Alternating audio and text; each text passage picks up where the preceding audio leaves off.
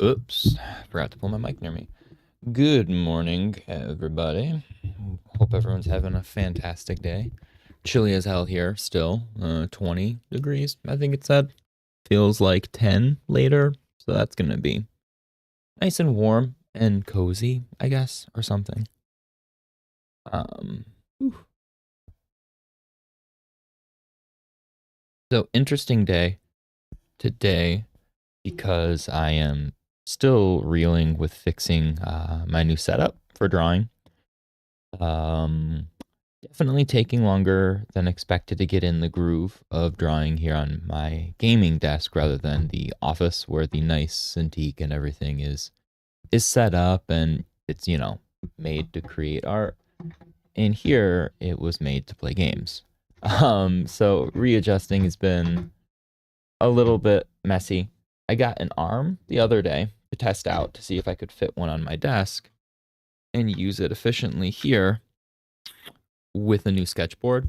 I love my sketchboard. They made a new one a year or two ago, and it has a VESA mount you can get for it. So I was super stoked at the idea, but I have the arm here. It doesn't really vibe because it doesn't go low enough. Like, not low enough at all. So the problem was I need a different one, and I ordered one to try out, and we'll see what that looks like. Otherwise, I may just have to use this one and readjust my posture for it being higher. But fun fact, the other day before bedtime, I had my girlfriend take a peek to see the arm and get her opinion on if I should get the sketchboard and whatever else, the whole scenario. And for any of you in the know, it's gas powered, right? It's a hydraulic gas within the arms, all of these arms. And I looked over it at one point. I had bent it down, to a low setting, and I looked over it. And I immediately pulled myself back and said, oh, crap. And I told my girlfriend, who doesn't really, she's not privy to a lot of tech stuff. So I gave her the information. I said that, like, hey, don't ever do what I just did. This is going to fly up at any given moment since there's no weight on it. It can fly up and it would have clocked my jaw, my chin, busted my teeth. You gotta be really careful. Not that she'd be handling it, but was more of like, hey, that was stupid of me. I shouldn't do that. And then I proceeded to put the iPad sketchboard that I have now, the original version, tried to just kind of finagle it, right? You're trying to figure out the vibe of how it'll look, how it'll feel. And as I'm adjusting that, I let go for a moment and it flung up. Flung up, it didn't hit me in the face. It freaking smacked the crap out of my monitor. I immediately pooped in my pants and frantically turned on the computer. Then it was off. I didn't really need the computer on at the time. Frantically turned it on to see what the damage was, because obviously with a monitor, it can get pretty messed up. Fortunately, the monitor is, knock on wood, still working. However, there is a giant chunk of just like dark on there now. It didn't like break the LED part. It just, I actually don't know what it did. It's a deep scratch basically, and such a deep scratch you can totally see, but we'll see. It doesn't affect obviously drawing on this computer because I'm drawing on the iPad. We'll see tonight. I game with my buddies Monday and Wednesday nights, or with my friends online. So we'll see if it's super annoying. I'm sure I'll just get used to it, like anything when it comes to that kind of stuff. Your brain just, I'll see it the first 10 minutes while playing games, and then it'll be lost in the ether, and I won't even think anything of it. Or I'll be constantly reminded of it, and I will curse it out every few minutes because I'm really neurotic. But let's hope it's not that one. Anyway, let's look at some art, shall we? Not wavelength. So I've got a couple things up that I wanted to take a peek at before we got started today. One, got coffee late. It was a late night trying to order the sketchboard and all that stuff. So schedule got thrown off. Usually I'm awake well hour plus before stream. That was not the case today. A little off this morning. So got my mug today. It's because I was thrown off and the monitor was scratched, I figured I gotta go with It's a Great Day. It is a Joy mug from Inside Out. If you're my little sister, though, she absolutely hates the Ray Dunn mugs because of the words on them. She's like, you're such a cliche old white lady. And I'm okay with that. As long as it's got Disney on it, I'll pretty much buy anything. Speaking of buying anything that has Disney on it, buying a Marvel, I suppose we're looking at a Disney game, aren't we? Anyway, so one of the things was Blade was shown off. Obviously, we've seen leaks of Blade before, but we got this image of Blade fighting. What would this be? I actually don't know what creature this would be. Not a man. It looks like just, I don't know. Honestly, with them teeth, looks like a weird beaver rabbit hybrid thing. I wonder if it's like a Marvel thing that I'm just not aware of. I am blanking on what that ugly thing is. Anyway, love the bats. Love this sketchy, yet like you still have all this texture. You've got this really harsh sketchiness to it. Really alive, right? And this is kind of what I like to do, or this is an ideal of what I'd like to do, I guess. Because even stuff like this, like these little action lines to convey motion, nothing feels stagnant. And I really like that. So I think we're going to use this guy as a little bit of inspiration when doing stuff today. Really play up sketchiness, have not too much necessarily like cross hatching, but just like crosses, you know, for shading and that kind of stuff for some dark areas. I really like this. So he's got this hard rim light of the blood moon, right? But then it's still soft. So that's an interesting one. Certain pieces are hard edge. But then on the bigger masses, he has the hard edge with still some soft rim light. Interesting. I like that. But yeah, I definitely love this thick line. It feels super comic booky, but still really alive. But anyway, dope that we'll probably get him presumably next season then. We've got the Fantastic Four they announced for this season. They said 2 characters would be next because this was double season. So I guess we'll get maybe, honestly, Blade and Dracula would be kind of cool for next season. I don't know if we'll ever get Dracula. Anyway, let's move on from that to some more visual rival stuff. And it's actually the trailer for the Sanctum Sanctorum.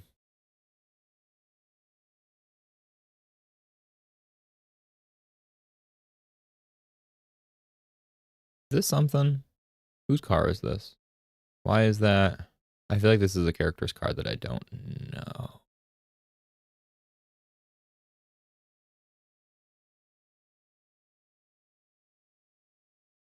I don't know.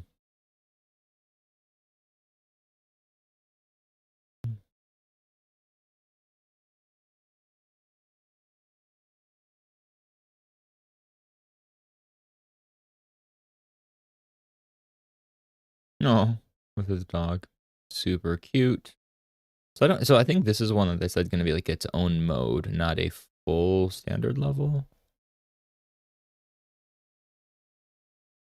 As always, gotta pause and usually try and hide stuff, right?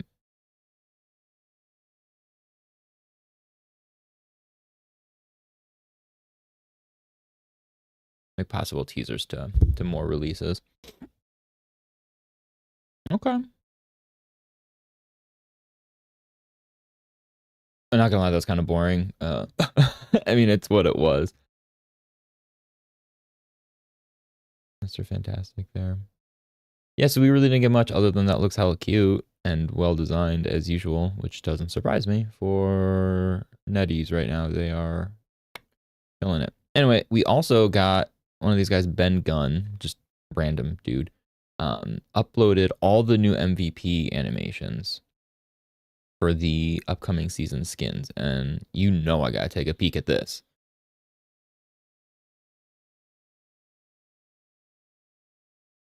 dope. That is his Adam Warlock, and I love that skin in general. But I love the idea that like he's casting away, like, no, can't do shit against him. The full heal, blasting away the bats. This Vampire Hunter theme is just, I didn't know I wanted it, and now I absolutely need it. It's one of those kind of things, you know, where I didn't know I needed it until I saw it. And hot damn, I need it now.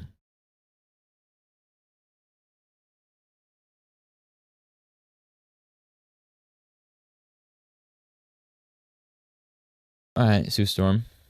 We've already seen that one. Nothing exciting.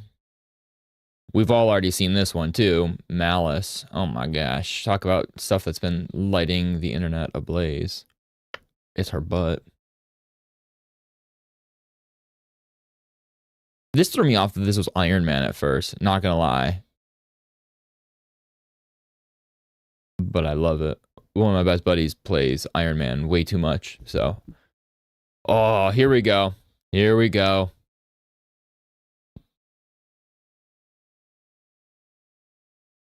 I at first thought this Loki was like almost over designed. And the verdict's, I don't know, the jury's still out on that one. But it looks dope, even if it is kind of over designed and stuff like that. But usually I'm not like someone who points that kind of crap out. Like, it looks dope either way. It doesn't, if it's over designed, whatever. But like, oh, I still love this. As someone who loves playing Loki, and I definitely want to play him more. He was, at first, he was the most played character I had for the longest time. Until I started playing Groot and realized nobody plays tanks in the game. So easy to find healers, not easy to find tanks. So I took up that mantle. But I loved Loki, and the only skin we had for Loki at the time was the television show, right? Which he looked cool. He had these little loafers. His horns were massive. I liked it, but I wanted something more gaudy, I guess, because it's Loki, right? And I suppose getting an overly designed piece is exactly what I wanted. I said I wanted gaudy, and they delivered. And the horns look huge. And I'm curious if he's got like if any different weapon effects. That's what I want to see moving forward. That not just the characters, but yeah, obviously I want the weapon effects on impact to all look the same, because it gets confusing then, because you won't know who's who or what's what. But I do hope his, like, at least like coming out of his staff, like when he shoots it, has like a cool, unique animation to this, you know, their skins. Man, this guy really wants you to know it's Ben Gunn, huh?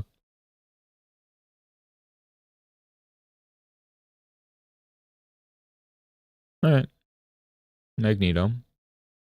Magnus. Hey, look, it's our boy Reed. That's who we're drawing today. Hey, look, it's also Reed, but evil villain, crazy Reed.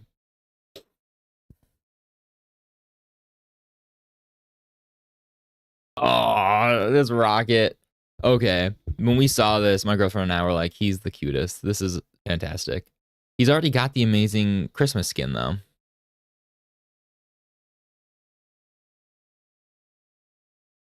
This one was cool. Looks very, we established like gypsy vibes in a good way. Oh, what? Ben Gunn, why do you have I don't want all of this on right now. I get it, but like that's the whole last animation you've got covered, bud.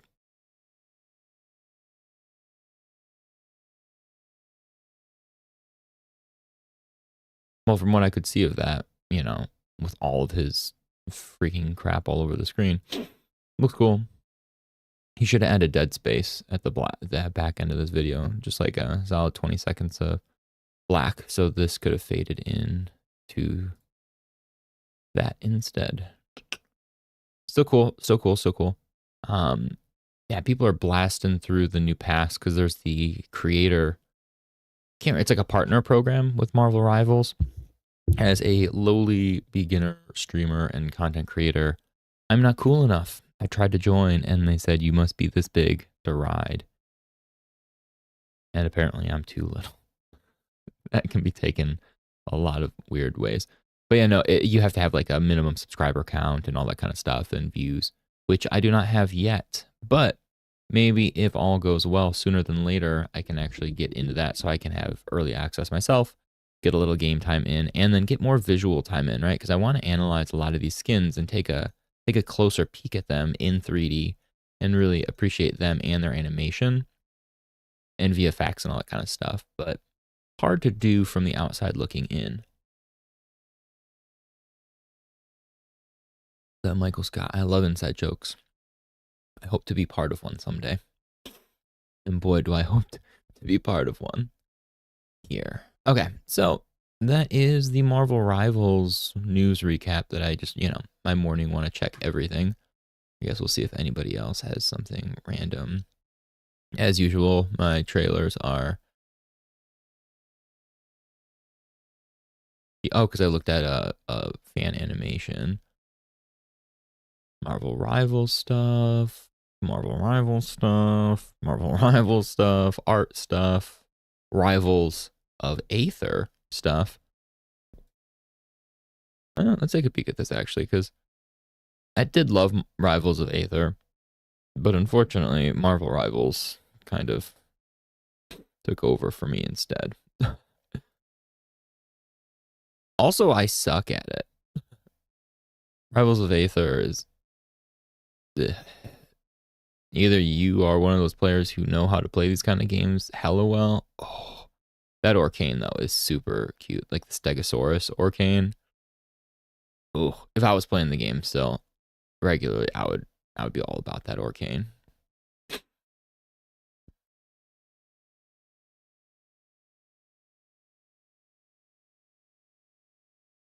And Crag, though, gets like 1 billion skins.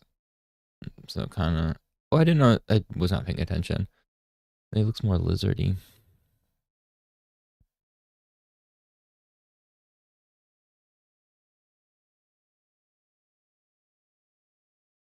Frostburn. Sorry, I was completely trying to think of that guy's name that whole time. I do like the... I don't remember what these were called, but basically like the spawn platforms. I like that primal with the big old saber tooth or tusks, I'm sorry. Marple looks cool. Maple, Marple. Yeah, it's been too long since I've even booted that game up. Absolutely love the designs though. We already have gameplay of him, yeah. All right, cool. That was Marvel Rivals. What a news cap. Anyway, now peeking back at ArtStation to see what's new today. What have we got, internet? Oh, a lot of weird 3D model booby people.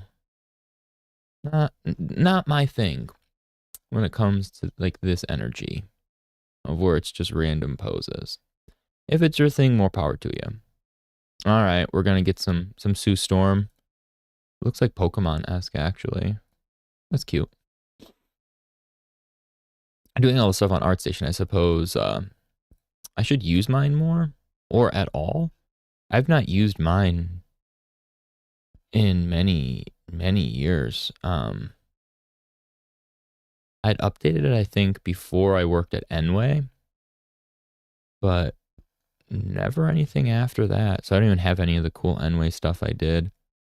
I wonder if the one thing ever was off NDA. It was like my favorite mech I worked on. It was like a Shiba Inu dog in this giant robot. Absolutely adorable. One of my buddies there, Marco, made the concept with it. Concept of it. That was a fun skin. That was really cool. That was a very good one. But yeah, I wasn't able to post stuff with that because that was never released and the game kind of crapped out now. So I wonder if I can just post everything now since the game's defunct, more or less. I don't think it's really kicking anymore.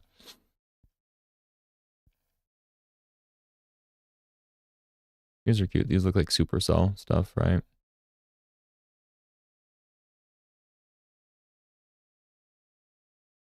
These are as cute. I don't think I could ever make art like this. It's like, wait, it feels like it's just like a big old piece of Play-Doh. Like, no outlines, all that stuff. Really soft shading everywhere, right? The only hard lines that exist pretty much are the outlines themselves, which don't have lines. That's just the color breaks. I'm not saying I like the look of it. I just personally am not a person to do that kind of style. Portions are cute though. Like I love this. I just don't like the rendering style. Yeah, that's cute. I like this. So it's basically Iron Giant without legally distinct Iron Giant.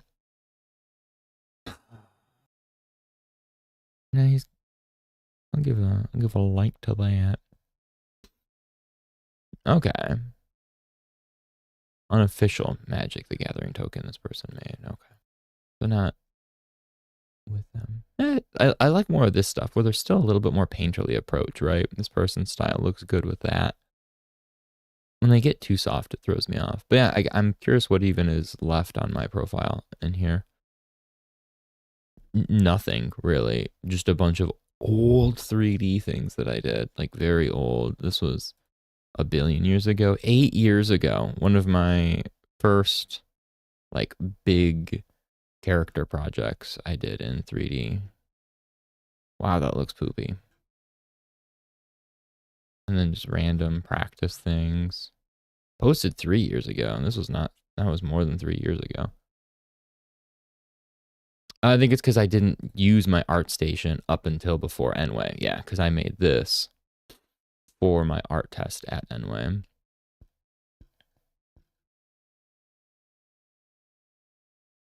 And that was a fun art test. We just had to, hey, the prompt was just make some sort of oversized gateway with the lion, that type of lion on that. Yeah. And I didn't realize, for some reason, my brain was like, oh crap, I didn't think of texturing it. Because they had just talked about the poly count and the look overall. Like as an art test, I guess I don't know why my brain was thinking like, oh crap, I need to texture it. So like, this is the cheapest texture. This is basically like a substance gold that I just put on the whole thing. Obviously, looking at it now, if I was taking an art test, I would have added very different material throughout this. I would have added extra weathering on like the edge works here to make it look like people had gone in and out. I would have given more wear on where sun would be hitting, which would be like probably here and here more often. Had like a difference. This is the same material throughout, but yeah, like the idea of like something would be getting hit harder, right? At any point. If you think of the sun, like yes, the sun moves all day. But generally, like at its highest peak, if you've got a giant statue that exists like this, there are parts that will be getting hit a lot more regularly. But yeah, that is old. Yeah, these are all just really old things. Like 10 years ago, I made these and I just posted them a few years back because I was updating and I actually made an art station for these.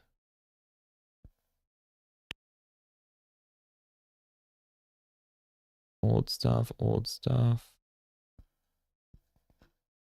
Weird that I rendered it in so many turnarounds and I have this hard light on the ground. Whatever. This was fun though. I really liked making these weird shapes.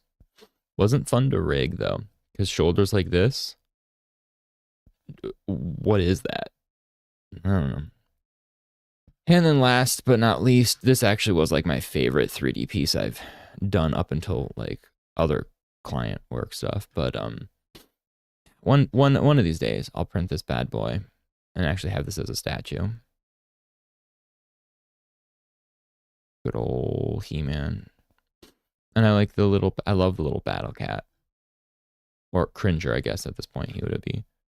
His tail, for some reason, was super fun. I loved making, like, that energy was so, because I like that it's hidden, but then when you see it, you're like, oh, look at that cute tail. But yeah, I definitely need to, so I updated it with some of these drawings. So I definitely need to, maybe start using this again. Yeah, I forgot I started to update this. I need to do that instead of just Instagram. Okay. Doesn't look like there's too much more popping up from today that I really care to look at from ArtStation's posts. These are cool. Maybe look at like give me a minute more to peruse and get the morning vibes before I start drawing myself. Okay. Anatomy studies. So when I was learning like deep learning anatomy, when I worked in the city and stuff like that, like when I was getting my master's forever ago, excuse me, one of my favorite things to do is just draw torsos. I don't know. I don't know why, man. I just would draw torsos, contorted, and like didn't even have like this. No arms even. It kind of usually ended shoulders and stopped mid thigh, or sometimes contouring the hip here like this. I just really liked drawing torsos, like crunching them, twisting them, weird perspectives and stuff like that. That was kind of like my comfort. When in doubt, I just torsoed it out. I like this.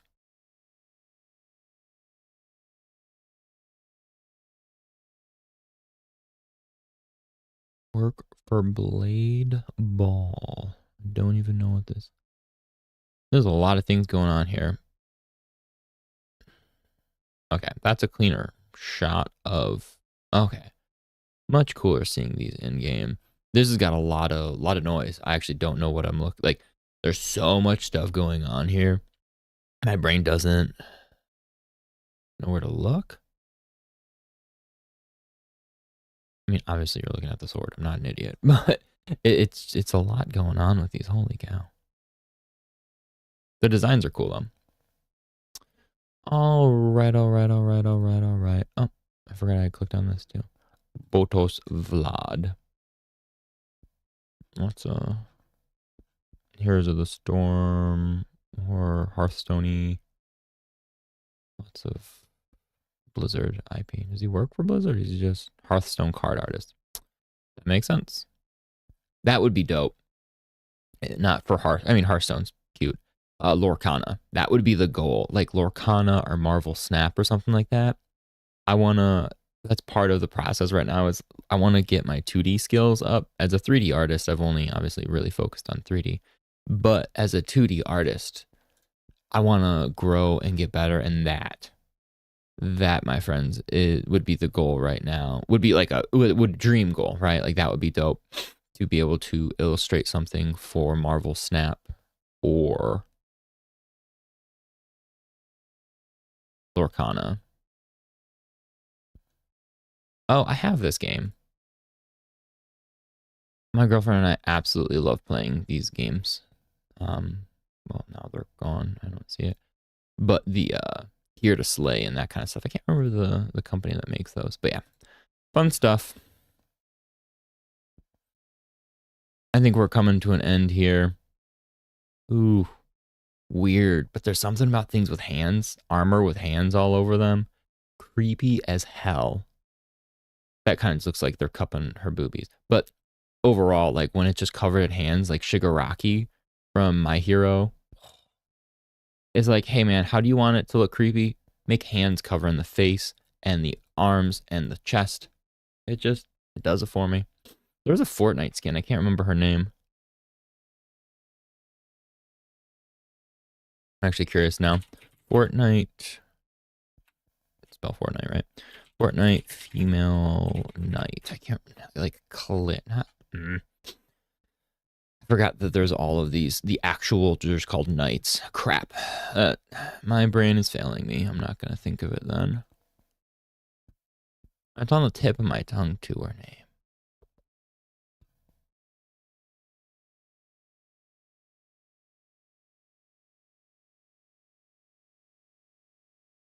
Man.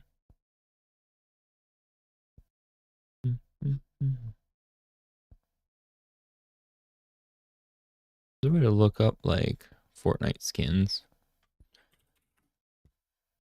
All cosmetics, not the Fortnite items. Okay, search knight.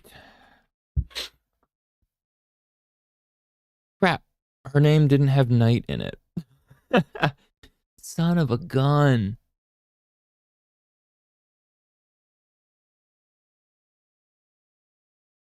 It was like, it was a shop skin.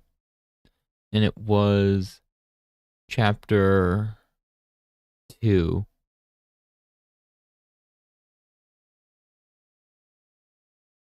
I think.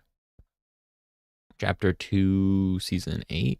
It was whatever this season was that had the big sword and stuff. The blade. So maybe it was season 3.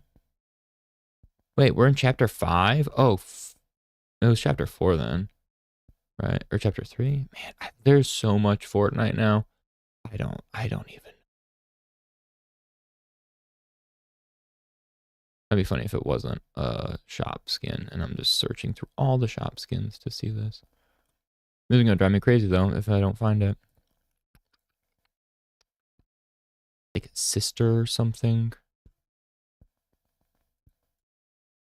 Sister? Start with like a CL for some reason I want to say. Well, apparently not.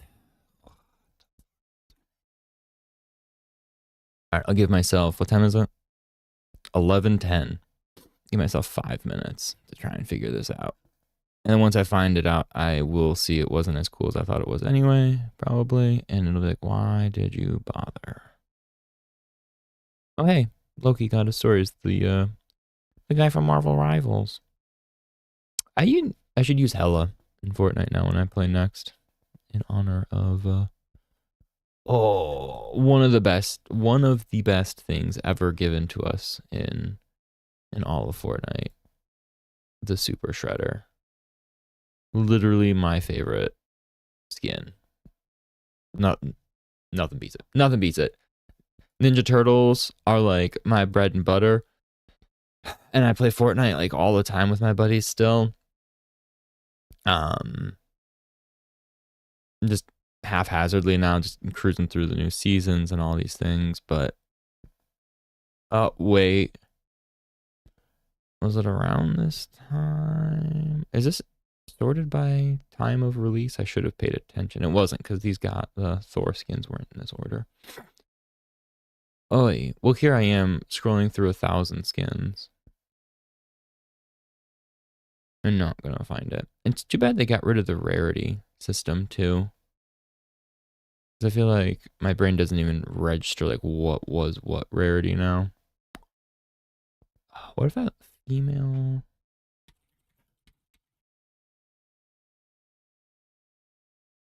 Hands armor. That sounds weird. Handsy armor.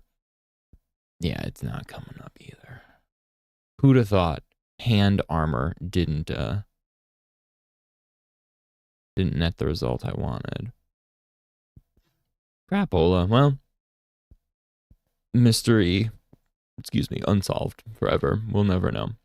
We'll never, ever, ever, ever know.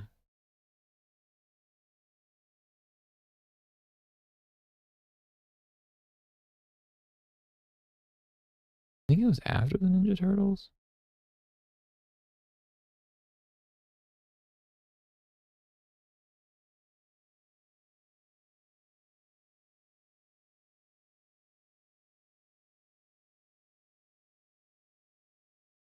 Where's chapter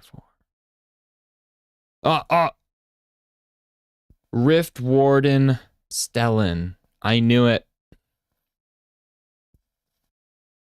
Okay, so this does look cool. This is the weird energy that I was talking about, where like it looks like someone has their hands over her shoulders. I thought she had a helmet. Yeah, she's got a helmet too. Like hands over the shoulders, hands coming up. That's dope. So you've got like the two primary bones. You have 2 bones in your forearm, and the one is actually turned into like an inverse hand, like an arm coming up. And then same here with, I think it's the tibia, right? Coming up through the leg here, and the hand is the kneecap. Like, man, that is gross, but really cool. There's something about fingers, right? Just that creep me out, but look really good from a creepy perspective. Yeah, her stuff was cool. She was a cool skin. We found it with 2 minutes to spare. Wow. success. Well, shall we pull up some Fantastic Four again? So, Mr. Fantastic. So I can get some visuals for our boy as I draw. Let's get that one. We'll need one again. I should have saved the images from yesterday. That was a fool of me.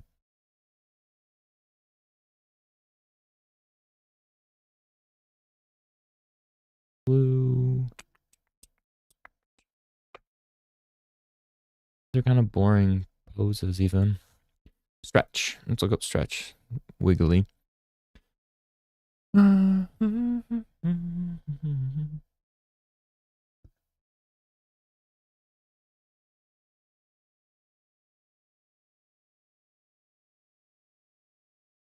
they've even had a figure with weird ass fingers. I wonder if that was a custom. Those look like hot dog hands or whatever from Everything Everywhere All at Once.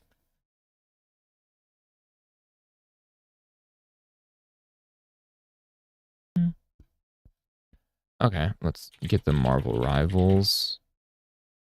Full skin, kind of. Again, would love if I was in the that program so I could just pull him up in game.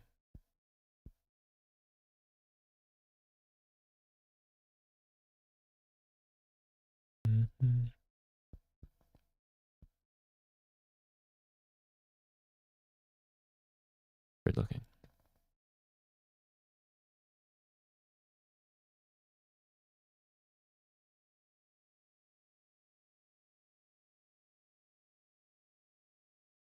There's a shot of the backside of his armor.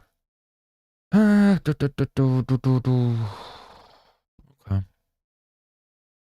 Such a good.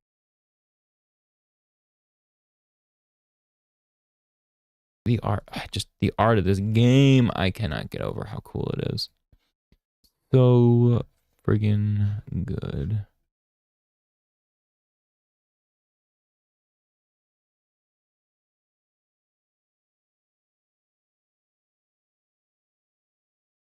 Yeah, where are these? I want these shots.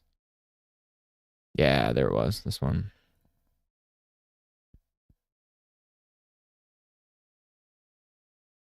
Okay, cool.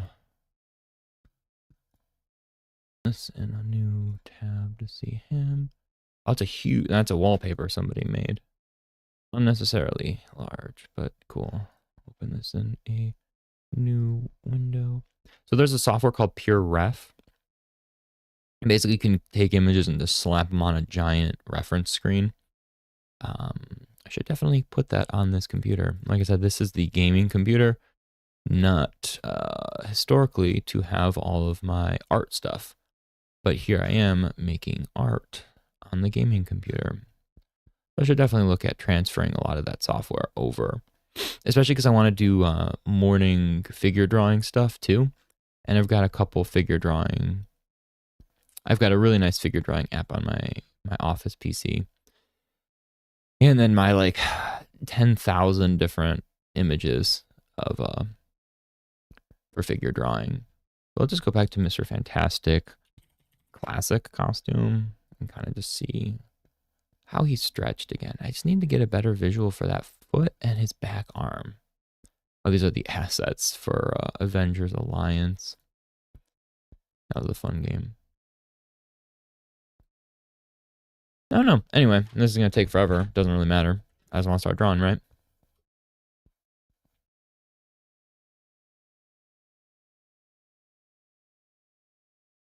Finish my coffee first.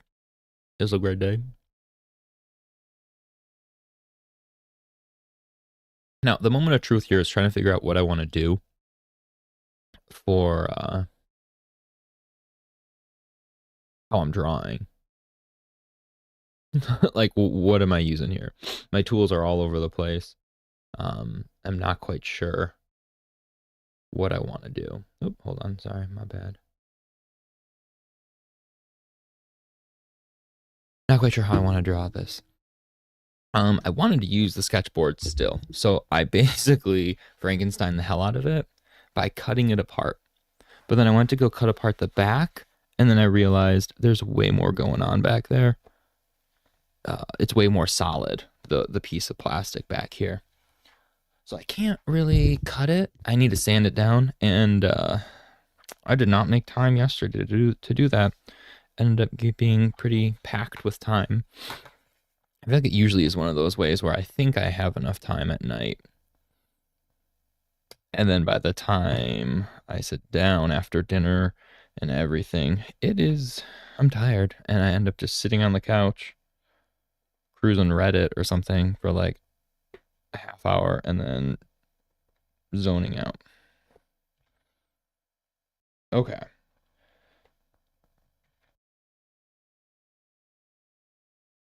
Don't mind me just really haphazardly trying to push this cable through a very large cable in a very little hole.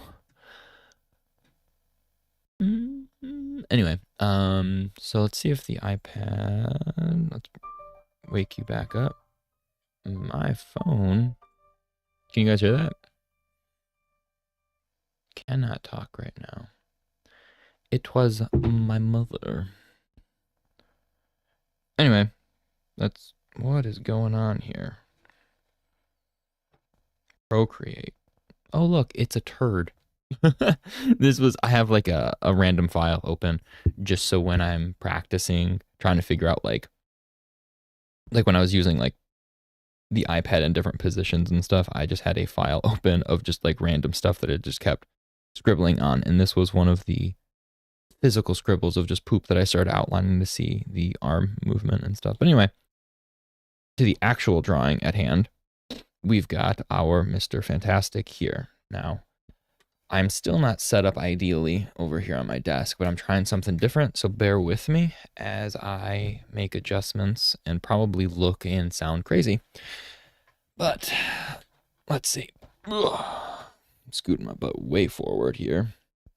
With this stupid, I've got the big plastic or whatever material, under the desk, right? Under the computer chair to roll on the carpet, the big mat. And because my butt just sits now for longer periods of time, it like divots harder, and then once it divots, you're SOL. Like I'm trying to move, but this little mat tells me otherwise, that like, no, you are staying exactly where you were, whether you like it or not. But anyway, let's get some music or something playing too, because it is really quiet, and if we're just cruising through, I would like to hear some music.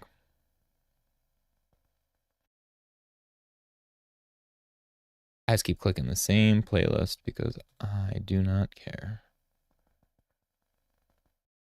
This is Wallflowers in my 2000s mix. Cool.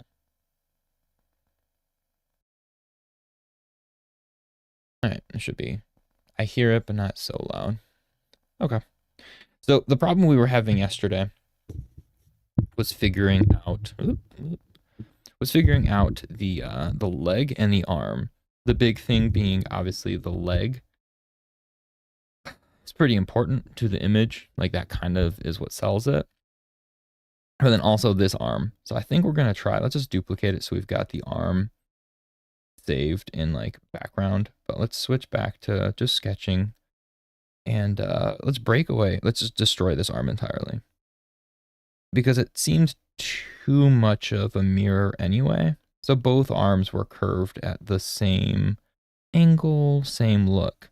And if you remember the other day I was talking about size differential. So obviously that arm was recessed back, and it felt like if two things are big, nothing is big, right?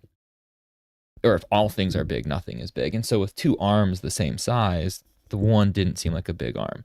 So we made the one small, which is what I want to do again, but I feel like I don't know. So let's do an S curve. So if his arm follows from here, right? We're following up, around. What if I don't want it to go off screen. I hate when stuff goes off. I don't want that. I'm trying to create a clean illustration. That seems weird. He's just waving hi. He saw Ben. He's like, what up? I'm not actually fighting. I'm just saying hi.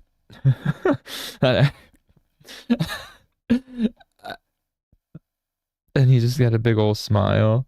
Hey, with his goatee, right? I forgot what is it. He's got a full beard, right? He's just smiling. Hi guys. Anyway, so that is not what we're doing, but weirdly kind of funny, and I didn't hate it. But I do want to follow. Why are we not undoing all the way? There we go. I do want to follow the idea of this S. So I think this is the way to do it, where we're going to push it down, and then maybe the other fist is going up. So he could have two fists. I'm okay with that. I think I'm not opposed. But I wonder if it's something like that then. So we follow this curvature better from his back. Because normally you want to keep everything pretty streamlined, right? So if everything, you don't want this line right here, let's say, to come out here. Because the viewer doesn't understand why the line is coming out here now. So even if your logic in your head is like, oh, his shoulder comes out here, right? And does this. That's cool if you're doing like a super realistic thing, but I don't think this stretchy, wiggly man is realistic, right? So why would we do that? So you follow that curve to appeal to the eye, right? So this curve here that we've already established, let's keep that curve to be the top part, right? The meat, so more of like the anterior deltoid or the bicep area kind of, let's say for him. Comes down, and let's follow the same movement here. So this arm, do we see how this curve is coming in?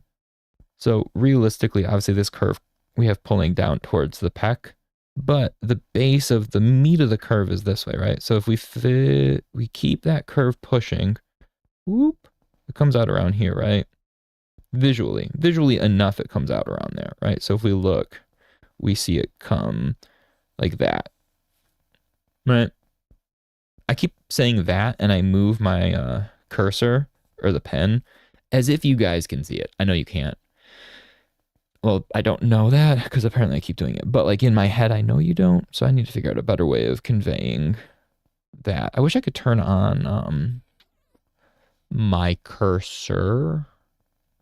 You know how you can do that? With the new iPad. I forgot the new iPad has that functionality.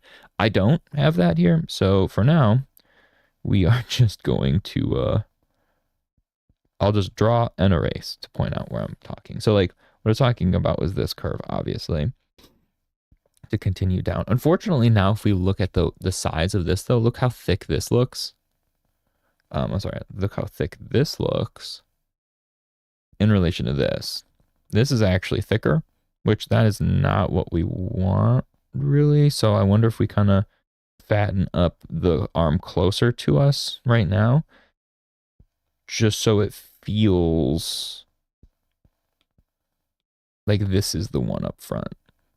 Again, if two things are big, neither of them feel big in this context, right? So we want to make sure there is a bigger and a smaller version so that we know where we're looking in space and how it's moving.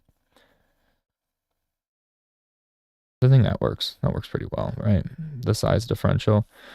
It's still more similar than I'd like, but we're going to squeeze this shape down. So let's imagine this curve gets really small then as he goes down. So he's stretching this piece, but he's also, not only is he stretching it, but he's moving further away from us in space. So it gets smaller and smaller and smaller and smaller and smaller. So even if he didn't stretch, right? Like, so like this guy, that back leg here, that gets smaller in space as we go back. Whether he's stretching it or not, that's just what happens with the human body. But okay, looking at this from a broader sense, that hand looks too close to the face.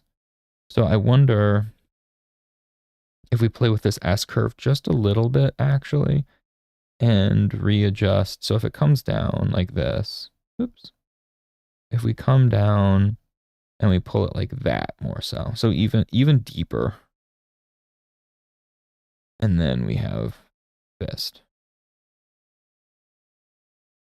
I keep looking up because it's like an itty bitty thumbnail on the stream feed, so I can get a better way. Like instead of doing this, just zooming out because that looks really ugly for anybody watching.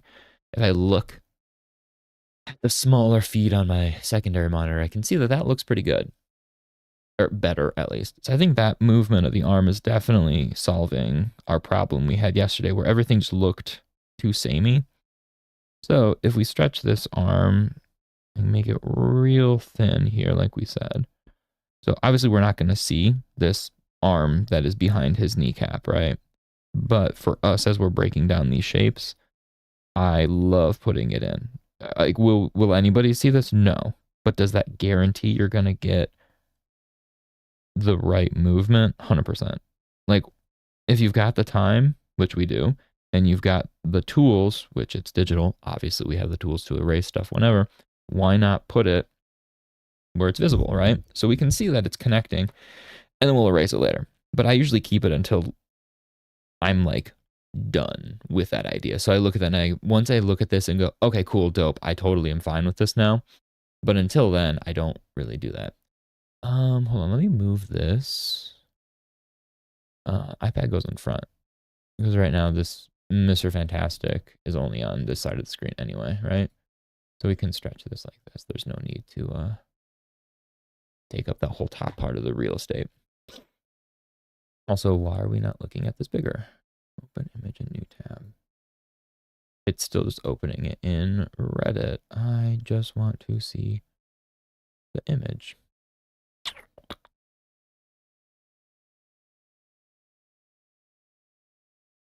It's still linked intrinsically with Reddit. Anyway, that doesn't matter. Okay, so we got wiggly arm, stretching, making a strong S shape, and then technically his leg has this strong curve too. So if we go from the foot, curving down, right? This big swoop, 1 swoop, and 2 swoop, and 3. So really big curves to sell his shape, which obviously is always important to have interesting curves to anything. But also, especially when you're working with a man essentially made of rubber, he needs to be stretchy. He needs to look cool.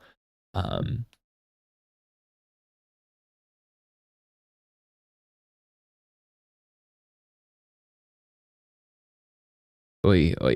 Okay, sorry, I just realized my light behind me isn't on. Gotta show off all the toys, right? How boring is that? And by all the toys, I mean like the 2 little shelves behind me. There's not too much, but I love those figures. Okay. Anyway, back to Mr. Richards here. So if he's got his big curvature of his hand, and we talked about keeping the shape of the curve, right? So I don't want to break this hand by doing this. Unless we were giving him like a giant hand, which I don't think I care to do. So if we keep it smoother, I don't know if that's going to look right because that kind of looks ugly now that I say that out loud. I'm okay with that for now. We don't need it to be perfect. I just want to get the overall shape so I know how we're looking at this, right?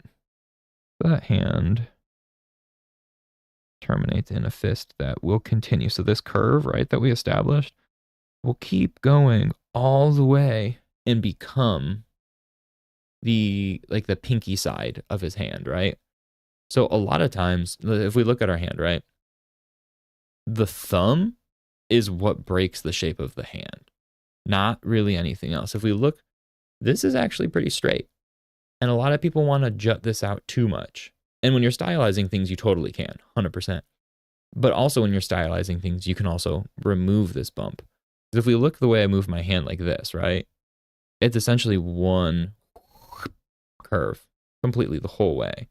So why not do that way? So like, boom, this is pretty straight. This little bit of a curve can be eliminated when we're stylizing. But this curve then, around my thumb, we accentuate the hell out of that.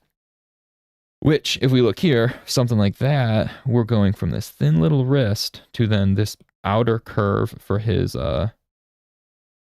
wrist to forearm, back all the way up here to the underside of his hand. Like this would be his pinky here. I do want to maybe make it a little bigger to play with, but boop.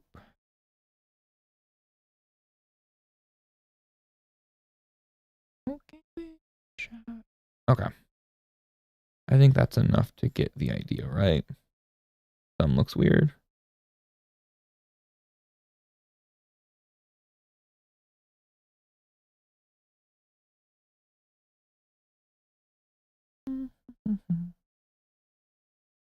I don't know. I'll workshop the hand once we actually start doing line art. But for now, I think that reads a lot better. No pun intended with Reed Richards. So now, like I said, now I'm cool getting rid of the X-ray vision, if you will, right? So we can get rid of this and see how that looks without. Yeah, I think that looks cooler. If anything, the hand could be smaller, possibly. But again, that's for later to hammer out, not for right now. Strong curve, though. So keep those strong curves. So with the strong curves, I want to reassess his foot. So if we look here, right, he's got this really big curve, and the foot is the foreground. Like that is what's in front of our face. But it doesn't, despite it being huge, I feel like it doesn't read that way as much as I'd like. So if we need to reassess this foot. So again, what I always do whenever I'm, okay, here, by the way, let's look at the difference. So this is what we had before, right? Different energy for sure. Like he's powering up to jump. But then if we swap between that to this, different energy, different pose overall. But if we think of readability, I like that more, right? Yeah, that definitely reads better. And he almost looks like an infinity symbol. Not almost, he almost exactly looks like an infinity symbol there. So we'll keep that. As always, like I said, I like to duplicate. So in ZBrush and stuff like that, you can create layers and different ways to kind of like save the image so then I can tweak it after the fact. Sorry, I've got the way my window is, I can see people coming into my driveway. Oh, that's odd. It's the delivery. It's a UPS delivery guy. Not UPS, but like an Amazon. He's just in a van and he pulled all the way up to my driveway. Cool. I think that is either our new Instant Pot, because we love them so much. We got a second one because I don't know how to cook. If you ask me how to cook, I say, I don't know. If you say, here's an Instant Pot, I say, game on. Chicken and rice it is. The life of a fitness individual. Luckily, I've got a girlfriend who is also, I've made her just as crazy as me when it comes to that. So she's okay with our boring food. But yeah, so never mind. Sorry, I was distracted. Back to Reed. But what I was saying is in ZBrush and other software, sometimes with 3D, what you can do is keep the image like saved in a way and retain the changes, and you can turn on and off what you're doing. How do you, like, imagine you've got a thing of clay and then I add clay on top of it, but then I can be like, hey, I'm saving this point so I can turn on and off when I've turned on that clay. So it's like a save state. You can't really do that in 2D as easily, like keeping save states of images. So what I do in Procreate, where you've got ample amount of stuff to work with, I just make a new layer by duplicating it. And so if I change something, I don't like it, I can just go back to this layer, take a piece of it, reference it, or just literally copy it and paste it back into that piece. Is this Amazon guy okay? He's been here for been like 2 minutes, right? I feel bad because it looked heavy and he's an older guy. Let's see. Did my phone say something?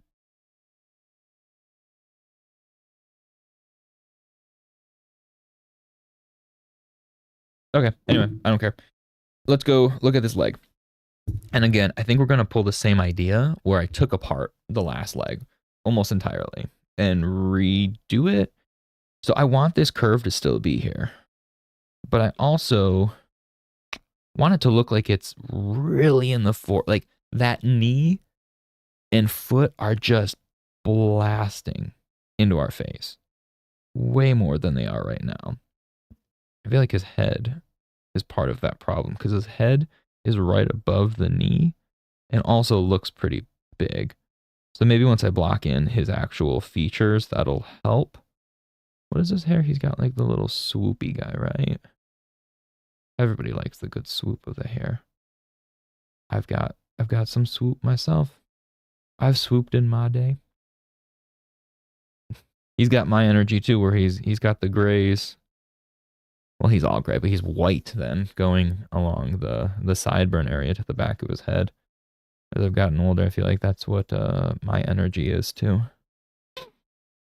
And then just like a thick beard, right?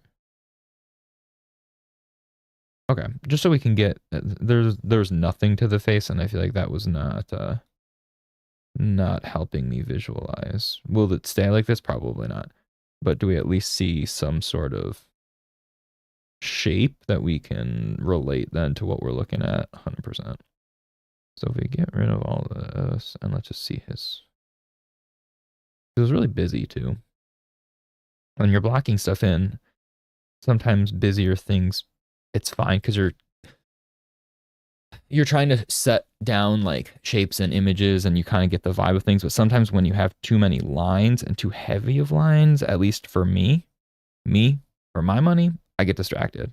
I'm a simple lizard brain and my brain sees too many lines and I think it becomes hard to focus. So let's just give like angry brow.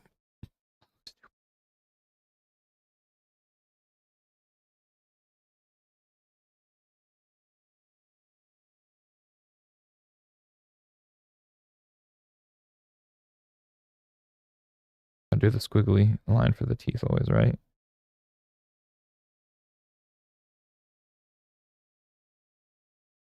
Yeah, this looks stupid, but at least we look at this and see a shape of his head now. I can kind of understand what's happening here.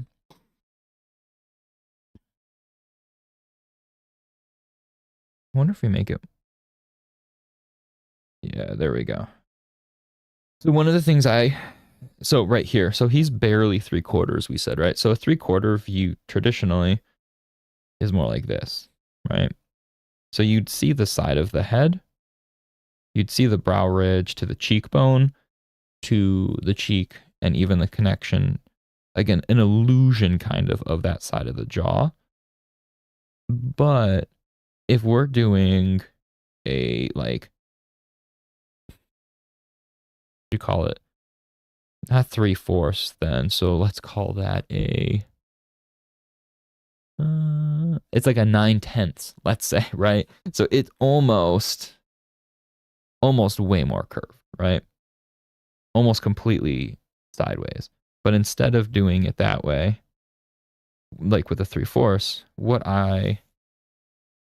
what's an easy way to do that is just get rid of the cheekbone. Because the cheekbone is usually only visible when you are at that 3/4. But then if we just give here, if you see there's brow and an illusion of where the eye is, right? We're not going to draw the eye probably in this pose because you won't really see it, but it would be in deep shadow. So there we have something like that.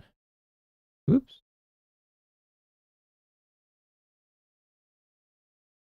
Give this brow an even higher. I love pushing. If we do that, we see how it's just a hint, just a taste of what the second part of the side of his face would look like. Just that little. No, that nostril looks stupid. But yeah, anyway, so the side of the face for 3/4 is just like that. It's like I'm calling that's my new term. It makes most sense to me. Just the 9/10 angle. Give him like a really big eyeball. Let's go more cartoony. Oh, not that cartoony. I take it back.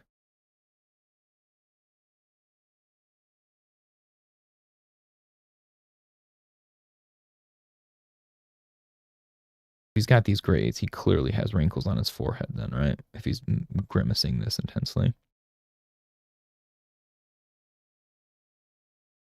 All right. Did not plan on doing a face right now, but here we are. Sidetracked.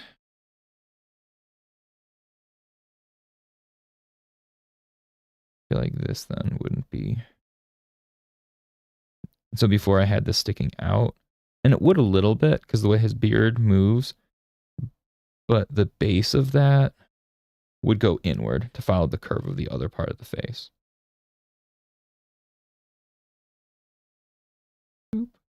Make his mouth a little small. But you know what I'm saying? So this curve here, whoop, that's his face shape, more or less. And so the beard can come out because you've got a chin, right? And we even see there his beard comes out from his chin. And especially even that, he's got like that strong, pronounced mustache break that cartoon and comic books kind of usually have, which I appreciate.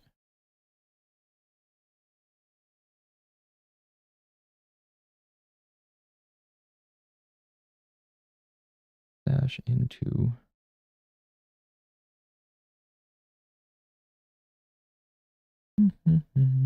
and so even though his face, his actual chin is probably, let's say, like that, right? That would make sense. His chin's here. Yeah, maybe a little lower. But anyway, we can have that shape kind of follow down and then come out then, where the chin would be pushing out more of a beard. So we had the beard huge, and that's why it looked weird. Because that just didn't really make sense for like the underlying anatomy of his face. So if we notice, his beard does come to more of a point, like at the tip. So if we keep that center line of his face at that 9/10, center of his mouth is here, and then it would be like this. So if we follow this 9/10 line, that's kind of where the point of his beard should lie. As always, nothing's like exact, but it's a good landmark to work with, so it helps establish some sort of logic. And then it just curves up heavy, right, for the jaw. Not really too much extended to the sides, but maybe we'll give it a little to break the that really generic curve. And then the cheekbone, like that, just helps sell what we're looking at. Cheekbone might not stay with line, but it'll at least give me an idea when I give some highlights or something to plop some sharp highlight there and some shadows underneath. Okay. So if we're looking here, this is way too much space. Now that I've tweaked the head between his brow and his like sideburns. So since we are digitally painting, you can just grab this and do that. I don't need to redraw anything if we're just blocking stuff in. And then same with his ear. Now his ear is way too far out. So your ear is actually pretty close to your head. Generally, it's right in line with your brows, like just under the brow. And so when you're tilting your head, the illusion of where the eyes lies definitely underneath the eye then. So in this instance, to sell the fact that he's looking up, if you want to show someone's looking up, you put the ears lower and lower. If you want to show that they're looking down, you put them higher and higher.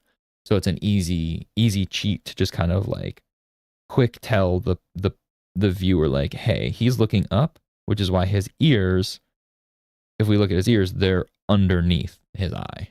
Where if he's looking down, his ears should be way above the eye. Just basic perspective. But something that I feel like is easily overlooked at like beginner stages of facial anatomy and breakdowns, that like just knowing where those landmarks are and what that is telling the viewer is really important. So now his head looks really little for what we had originally blocked in. And I think I'm okay with that. We can play with it more to see what works better in the in the scale of everything here. But again, I don't know why I'm focusing on the head now. I definitely did not plan on doing this right now. I was trying to get the shape. Which pro tip, what I'm doing right now, don't do this. This is dumb.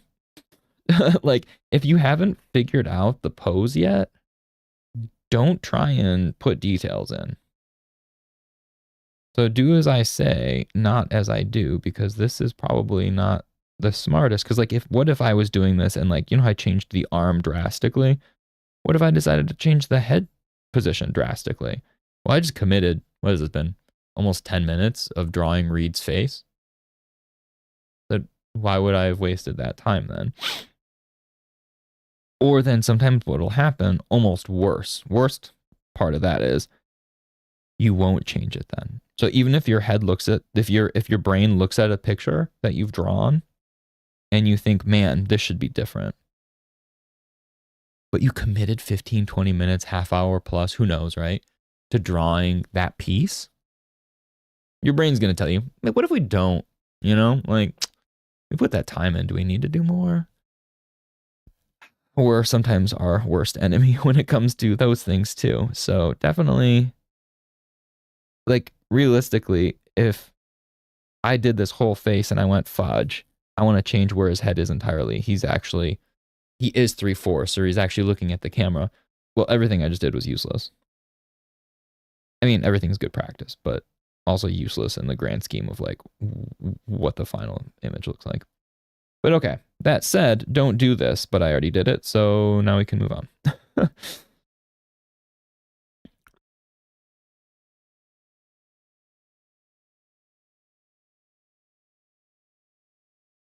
So since we can at least kind of get an idea of the neck.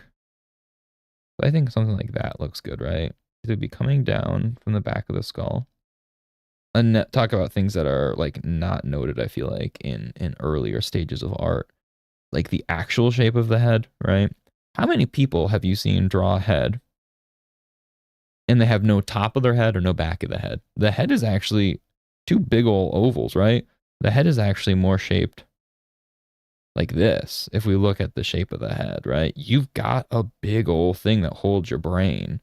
And the brain back here is what connects to the spine, which pulls down, right? So we're looking at two big ovals. This top part is a circle in its own right. That's something I feel like 3D has definitely helped. So even if you don't do 3D art and you never plan on doing 3D art, popping yourself into a software where you're actually even if you don't sculpt the thing, but you're moving around in 3D space, your brain actually realizes like, oh crap, there's more to it, right? You're not just looking at these flat images that can get pretty distorted or skewed, or you might forget what something looks like. And also, I like to attest that that's wrong. Toys. Toys really help with 3D like spatial awareness. So when you're crafting things in 2D, you're thinking in 3D at first and putting it into 2D. So that's a whole other ball game. But anyway, let's undo that random head shape that I just drew. So now his head is very little, but I do like the way the neck kind of does this little thingy here. So we can scale his head up maybe. So again, when we're working with these curves, right, we've got the big curve of his back here, but then we also want to work with as many like connections as we can.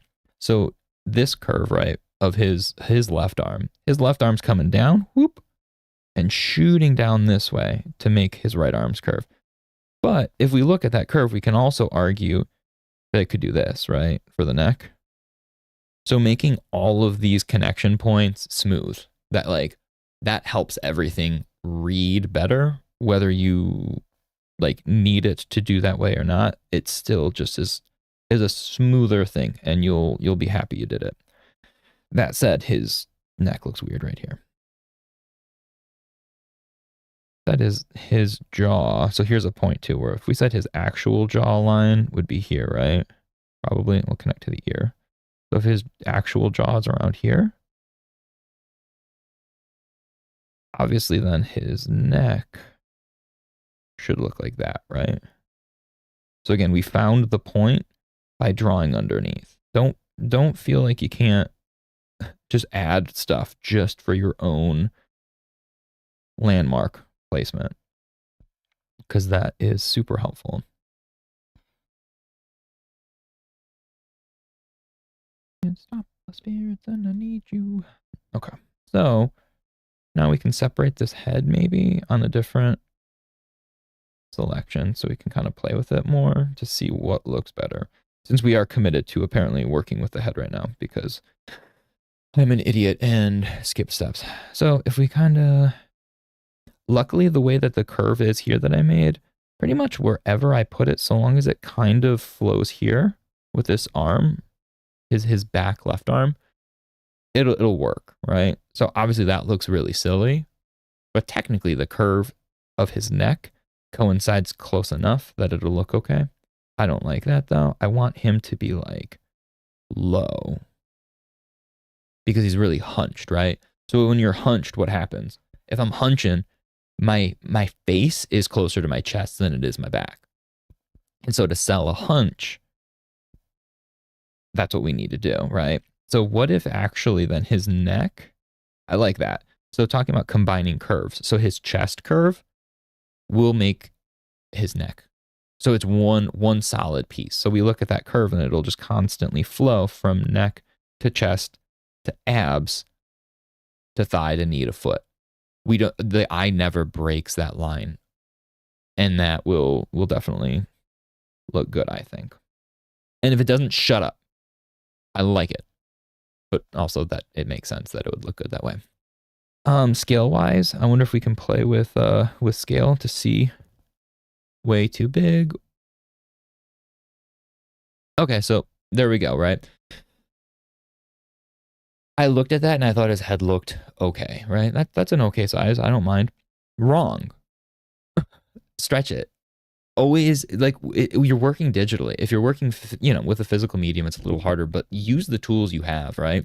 So if we really want to sell, like I said, if everything can't be big, excuse me, his head right now, look at his head size compared to his fist. His head is almost the size of his fist, right? And so the fist doesn't feel as big anymore. And that's also the problem we were having with the knee, right?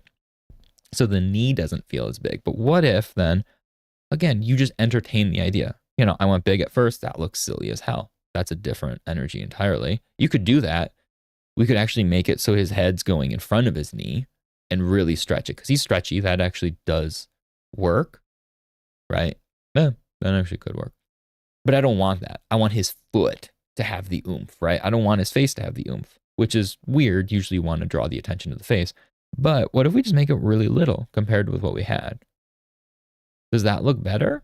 Because suddenly his body feels like it's contorting way differently. Because if we make it really big, that's dumb. But if we make it real little, go back to what was the original shape? This is the original size. So if we make it, oh my goodness. So if we make it smaller, all of a sudden his knee looks way bigger. Smaller head, bigger knee. Smaller head, bigger hand. So let's definitely play with that.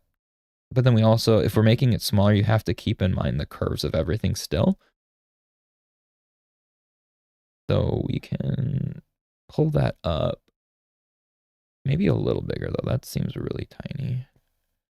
Unfortunately, it is still the face. So it does have to read. We have to see the face. Because that's where people, we connect with faces, right? We don't connect with feet. Okay, you know what? Scratch that. I play a lot of Street Fighter. There are literally groups in that game. Clubs, I think they're called. Basically like clans, groups, whatever. Like all about Jury's feet. Jury feet lovers, whatever. People like feet, don't get me wrong. But realistically, the average human who's looking at this picture is not going to be obsessed with feet. And if you are, more power to you, but just not for the picture. But it's okay. So if we play with this shape, done talking about feet for the moment. I don't really care. Finish that curve, and now let's connect it better. So his neck can swoop down, like we said, and just become his chest. Oops, too much. Right? One big old piece. When we paint, we can get rid of that a little bit too. But also now his back of his head here, too much. But the back, so his traps, his trapezius back here, right? The part of his muscle that connects kind of in between the connecting point more or less of like the neck to the shoulders, that intermediate range, excuse me, is pretty big when it's flexed. So if we keep that with some anatomy, or since he's stretchy, what if that looks stupid? Yes, it does look stupid. But I wonder if we can combine some of these curves a little better. But I kind of like the breakup. I don't know. We'll play with that later. But all I was getting at is the neck now, since we've made it smaller, it still exists in 3D space that we talked about, right? So it doesn't just do this. It actually continues behind. So if this is where the shoulder is, the back of the head and neck would probably be like this, because this is kind of center line of his trap possibly, and then shoulder would be technically here. Shoulder obviously being relative on a big wiggly man. But all I'm getting at is that like it feels weird to just have this curve stop. So if we have this curve here and give some sort of illusion of his neck kind of connecting back here, it'll feel more stretched too. It feels like his neck is stretching rather than I don't know anatomy. Get rid of this and get rid of this. And so long as we've got like a little bit of information, I feel like it'll help. And then when we finally put his costume on him, if we look, there's probably from the back, what does the back look like? Yeah, he's definitely got pieces on his back that where you can see where center and different pieces are. So we can definitely play with that and make it look cooler and read better as one solid neck. But okay, so weirdly enough, we tried to solve the problem of the knee, was our initial thought process, right? And we stumbled on changing the head. But lo and behold, changing the head actually going to help changing the knee, right? So that was a happy accident there. So I'm just kind of cleaning this up to see how this shape looks. So he looks big and strong when you pull out all these lines. I like this. Because that's this Reed Richards, I feel like in Marvel Rivals, like Reed's strong, don't get me wrong, but like when you're countering it with Ben Grimm with the Thing, I mean, he's gonna look small. But this iteration of Reed definitely has got some beef to him. Like, he's hitting the gym. We've all seen Sue Storm's butt. They're hitting the gym together. Come on. That butt is not natural. But I mean, not naturally gained. That's some working out.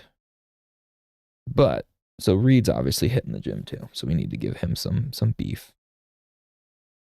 But maybe now that we've gotten rid of those lines, when we've talked about the push and pull of thick and thin, big and small, this forearm is starting to look all samey. So we'll need to maybe cut this shape in so that the hand can look bigger by making the elbow area smaller. Like we said, everything around it. Don't think of the thing changing. Think of the things around it in perspective and proportions changing. So if we change the size of the arm, the hand will look bigger. We don't need to make the hand bigger. We just need to make the things around it feel smaller.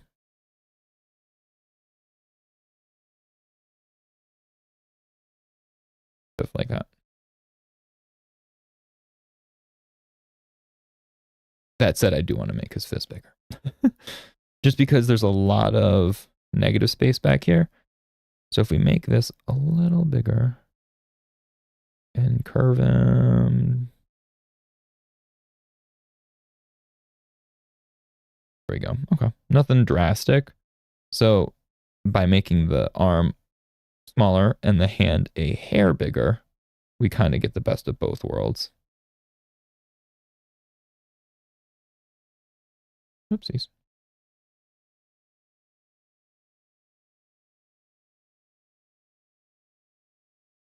Kind of want to just shove in some of these knuckles so we kind of have a better idea of how the hand is formed. You'll notice as I hammer down designs more, you just start adding a little bit of detail, right? I don't need a ton of detail here still, but you can kind of read the shape better if as you're making decisions, you just add little bits of detail. So little bits here and there. My one of my little sisters was in she was the lead in Oklahoma many moons ago. And I can't remember the role. It was the dude in Oklahoma on the farm that she works at or whatever. It's been a long time. He the kid like repeated the line way more than the original ever did. But like in terms of like purchasing something, it was always in 2 bits. And I cannot tell you that kid milked that line, and it was such like a joke the whole time that like for the next like 6 months, whenever I'd be like making a joke to my little sister, and I'd be like, in 2 bits. So we just, little by little when we update our piece, we're just updating it, by 2 bits here and there. Just 2 bits.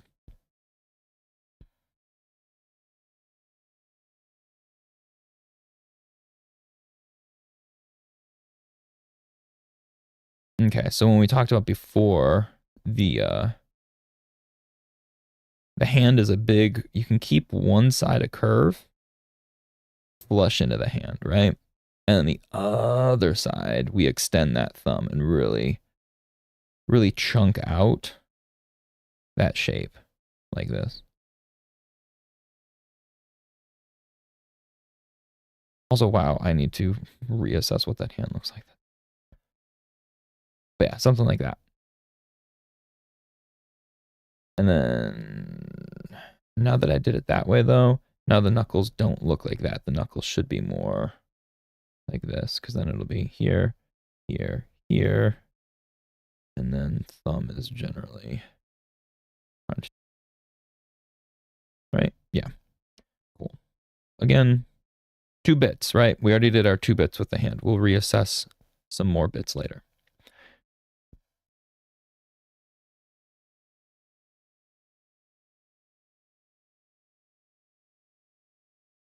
So, like we said, making the head smaller, we've definitely made the knee bigger already. So we don't have to do too much, I feel like, here now, which is cool. A happy accident. But I do want to like make sure we see that the stretch, the knee is more forward, right? So it's rotated towards us more if this is more of the center line. Before we had it like the head where it was more of 9/10, right? So it was like a tight curve here. That was center line. But since we want it to be smashing in front of us, think of it moving more towards the viewer in 3D space. So it's whipping around, and his knee's actually the 3/4. So it's closer to our line of sight, which helps sell the smash in front of us. So by doing that, we will do this little line here, which tells us that is in front of this.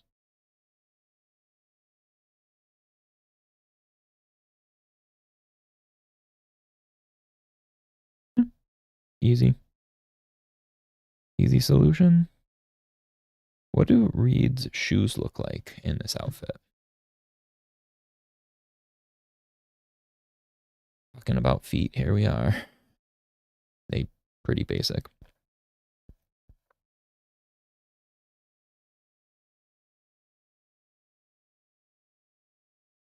Okay, so again, going back and forth with my bits,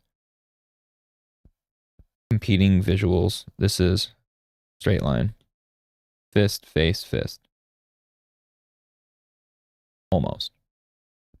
The whole thing is he's curvy. He's all out of proportions. Keeping that line, look for like focal points, right? So fists, hands have a lot of detail. Faces have a lot of detail. And if we looked at that, it wasn't very pretty having those all lined up. So while I wanted that really long arm, what if we drop it? So I cut a lot of the space off, right? And we make it down a ways. Even probably further. Something like that will help.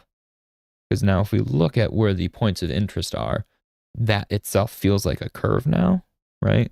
Because we're going from here to here, back down. Our eyes will travel whoop, whoop, like this. So there's another clean movement rather than just being like bop, bop, bop in a straight line that we had just moments ago. So always keeping in mind the relationship of focal points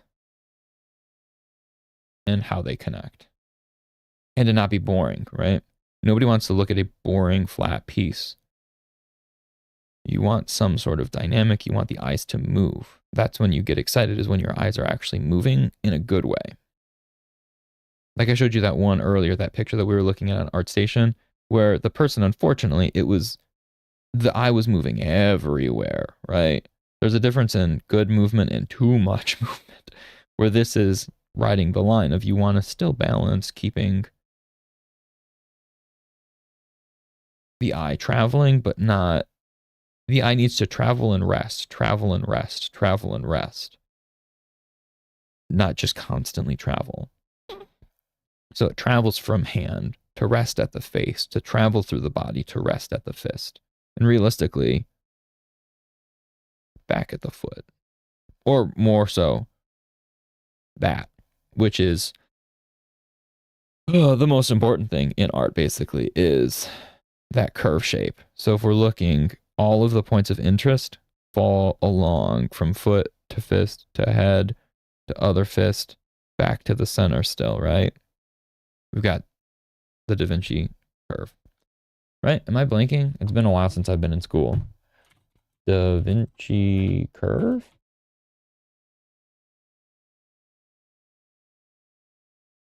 Not Da Vinci curve. Oh my gosh. Holy crap. Art curve. What is that called?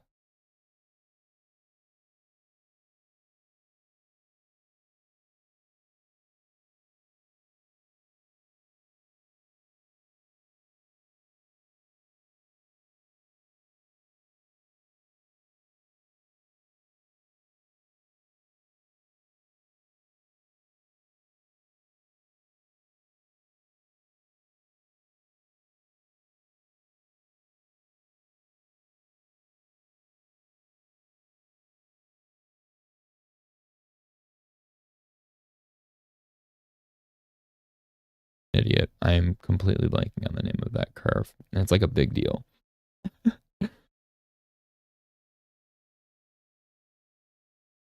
Like a Greek name.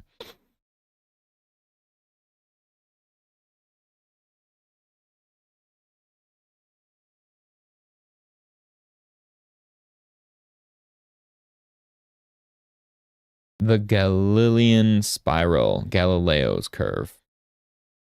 I knew it. I didn't remember it. But basically the idea of like this curve that we're looking at here, I guess let's swap to the bigger screen.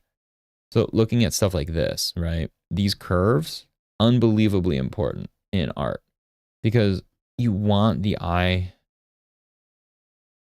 to move, to roll, to kind of form through that. And there's been breakdowns of how this spiral exists in like everything.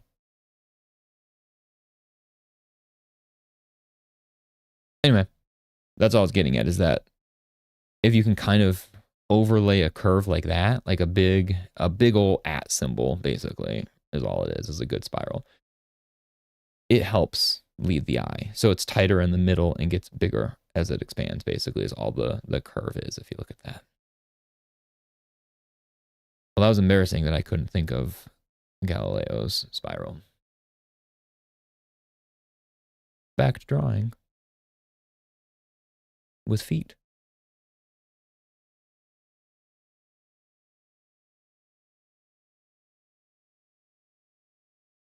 That look good? Yes, it does. All right, what time is it? Man, I've been taking a long time drawing today. I feel like we're not very far along.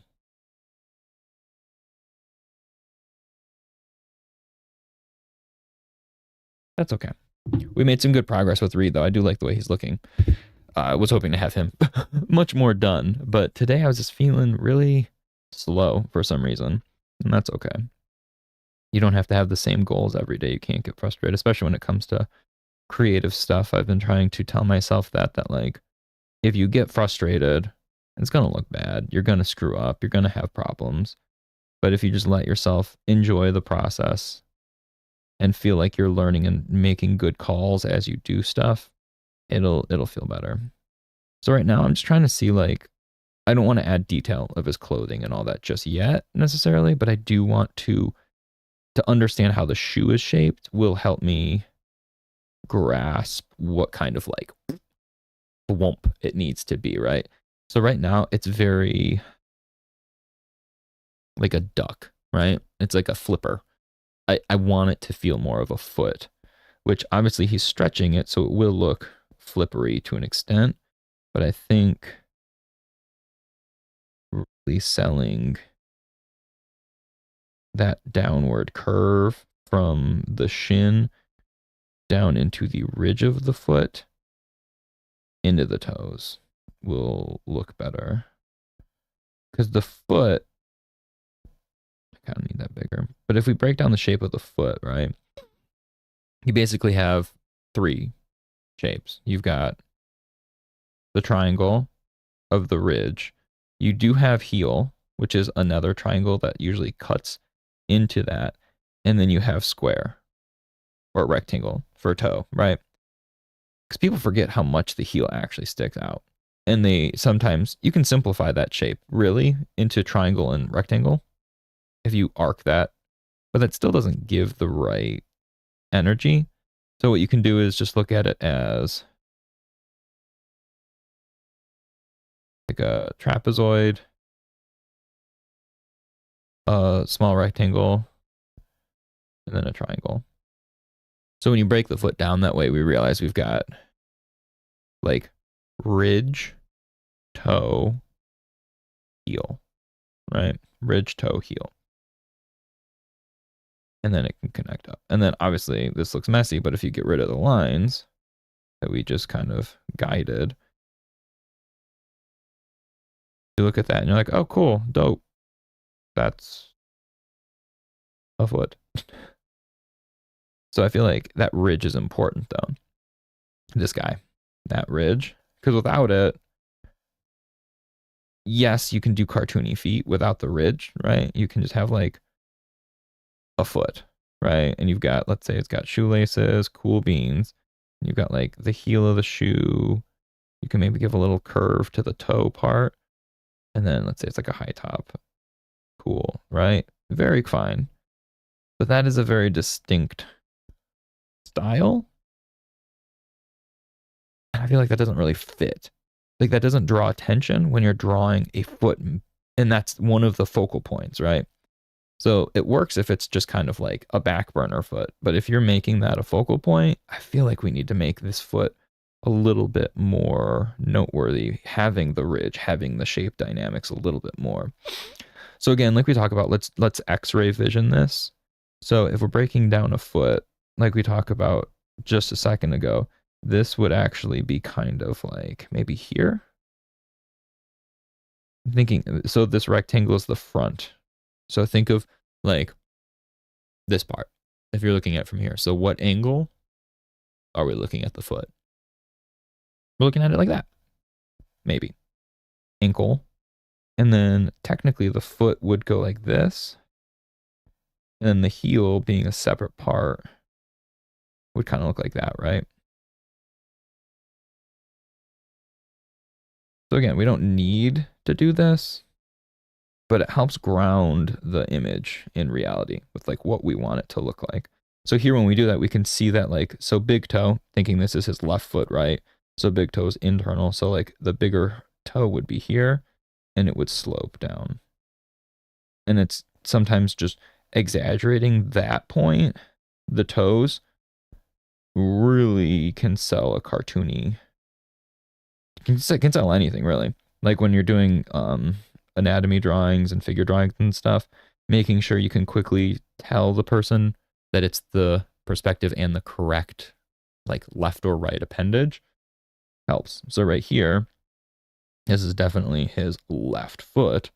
So the inner part would be bigger of the toe because that's where your big toe sits.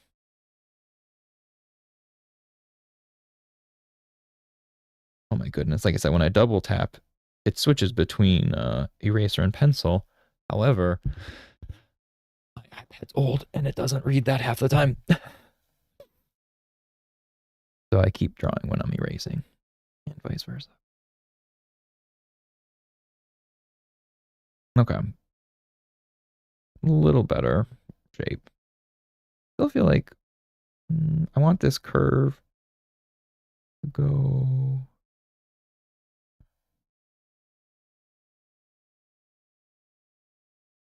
I want it to look small.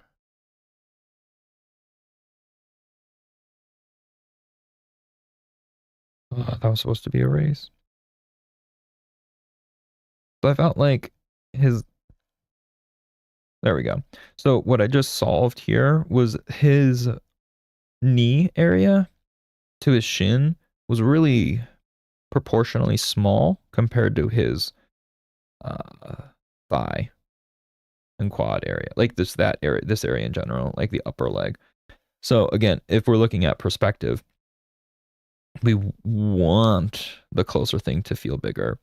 And so if it was like the same, it felt weird. So if we pulled this back, that makes the knee area bigger and in turn makes the hamstring area a little smaller. Yeah, something about this curve here is not selling me. Like his shin.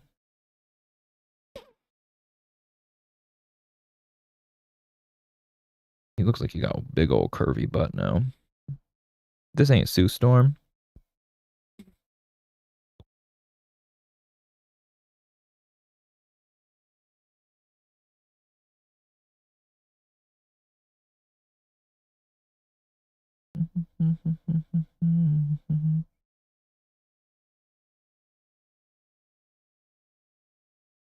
Okay.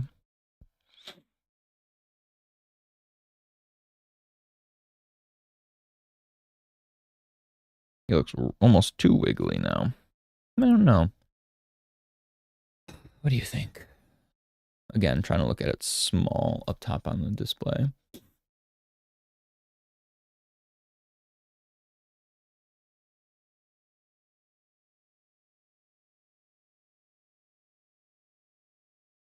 When in doubt, what's the motto? Liquefy it out. So let's play with the liquefy tool just to maybe not keep the movement, but sometimes using a really broad brush for liquefy. Let's make it smaller first though, because I feel like when you liquefy stuff, it stretches it pretty. So sometimes it helps just to kind of slap it around. So liquefy just moves everything in a liquid pattern, as if it's like a watercolor, a wet surface, something that's kind of smushing around. And so if we just kind of slap a lot of movement here with that, we'll see how that looks. So how big is this brush? Not big enough. Make it real big, max size. Really? So we're gonna break the curves. Don't. That's gonna happen. It's okay. But I'm just curious to see like if the foot were like way bigger.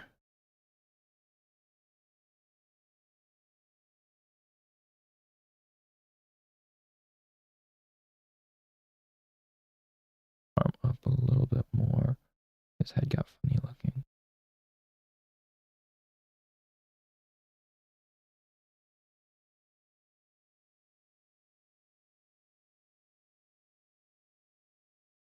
See, that immediately, all of a sudden, that foot, huge, right? That's a big old foot. And that's kind of what we want, is more of a giant foot. So these curves are broken. We're not going to use this exactly. We'll clean the shape up. But we definitely have more movement to the knee now. Curve actually.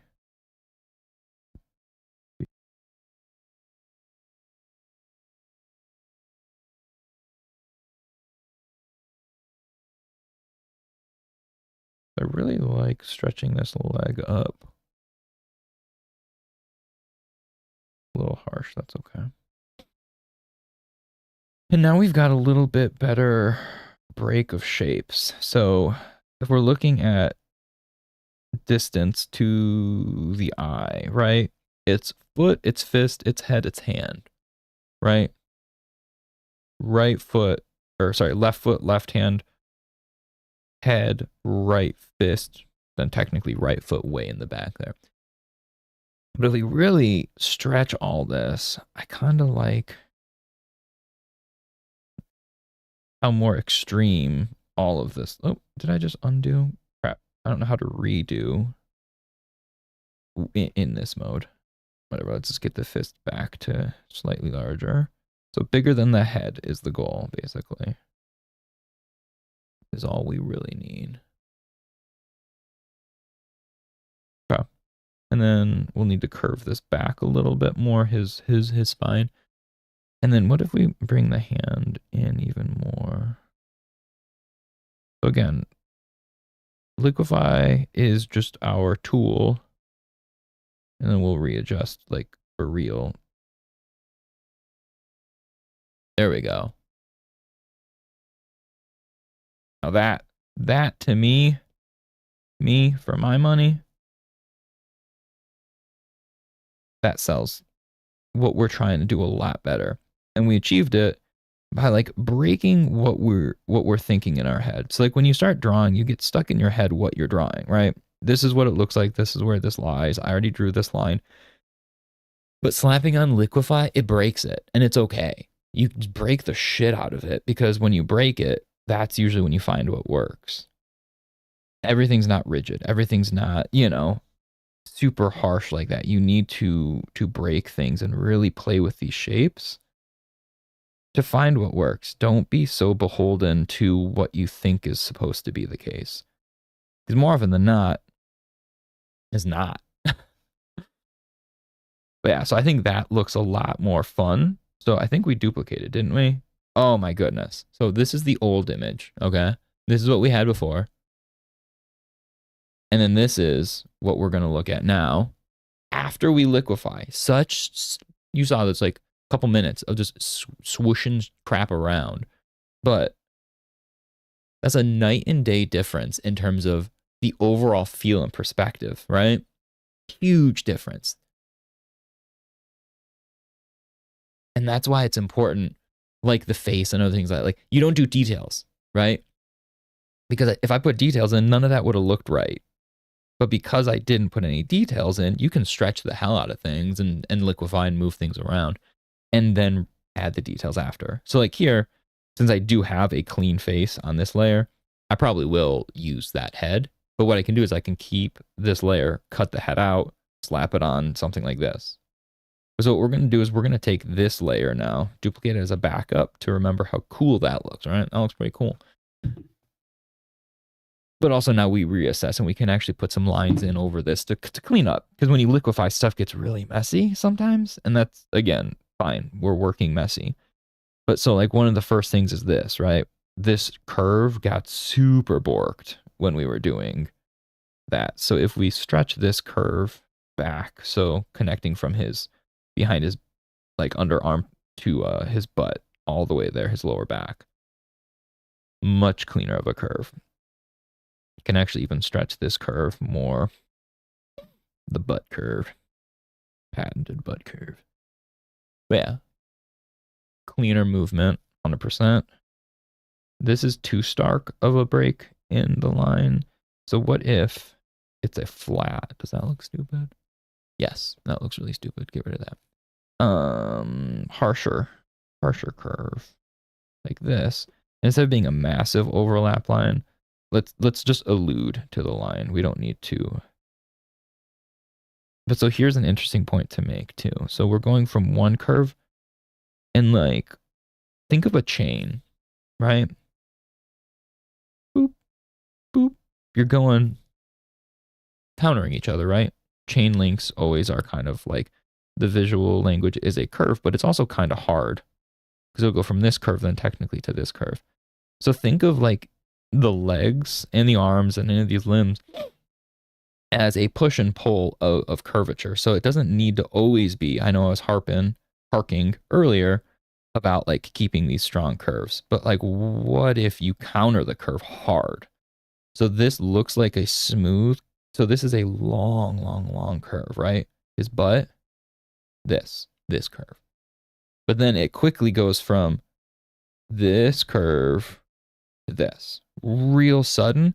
And so by giving like almost two countering curves like this, where it looks like this is a swoop down and this is a swoop down this way. So two different curves to break it is what we wanted from before when I was saying we really needed to push this leg forward. And by doing stuff like that, if everything is a nice curve, smooth curves, but then this actually feels like it's a smooth curve countered by a hard curve, your brain's gonna be attracted to that. So I think this perspective is looking a lot better. I can't get over how simple of a change that was and how unbelievably efficient that is. So the power of Liquify, friends, it is night and day different doing stuff like that.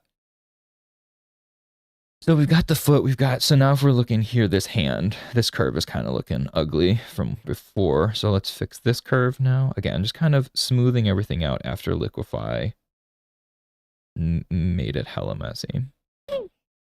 Which, by the way, I'm looking at the time right now. It's already almost 12:30. So I think what we're going to do today did not get nearly as much done as I wanted, but that's okay. What I'm going to do now after this, after lunch, after doing some laundry, go for a walk, I'm going to hop on and do a lot of video editing stuff. So I haven't done video editing in years.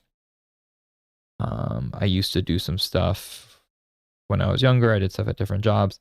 I haven't done it a lot. So I'm going to try and get back in the swing of things so I can make some cool YouTube videos, both art and game related, but also maybe some instructional, because I love teaching all you goobers. So this curve is looking very wonky, but that's fine. And I need to reassess the direction of this fist anyway. What if it's more...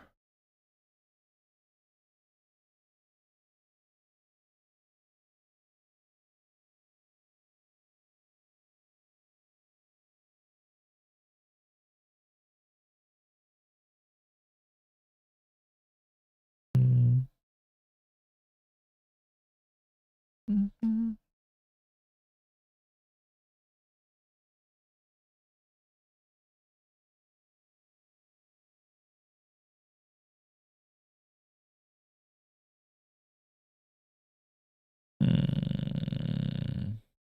That looks dumb too. But it's fine. No, it's not. Well, I'm the worst. Okay. Maybe that's what I'll do if I can squeeze time in tonight. Like I said, I was going to do yesterday. If I squeeze time in tonight, I need to figure out the orientation of these hands better because they are just very weird looking to me, both of them. But okay. So let's finish up Reed's head, import the other layer that I had a cleaner shaped head, and go from there. And then maybe we can kind of call it quits. I do like this distorted head a little bit. Let's see. Let's copy this. So what we can do in Procreate, it's pretty simple. You just kind of cut around here. It doesn't matter if we get excess because we're going to copy and paste. So what that is now it made its own layer, right? So now I can take this, plop it on top.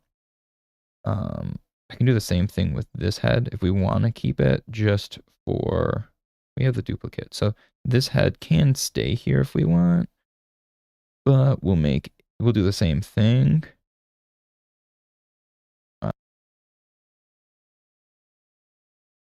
Paste.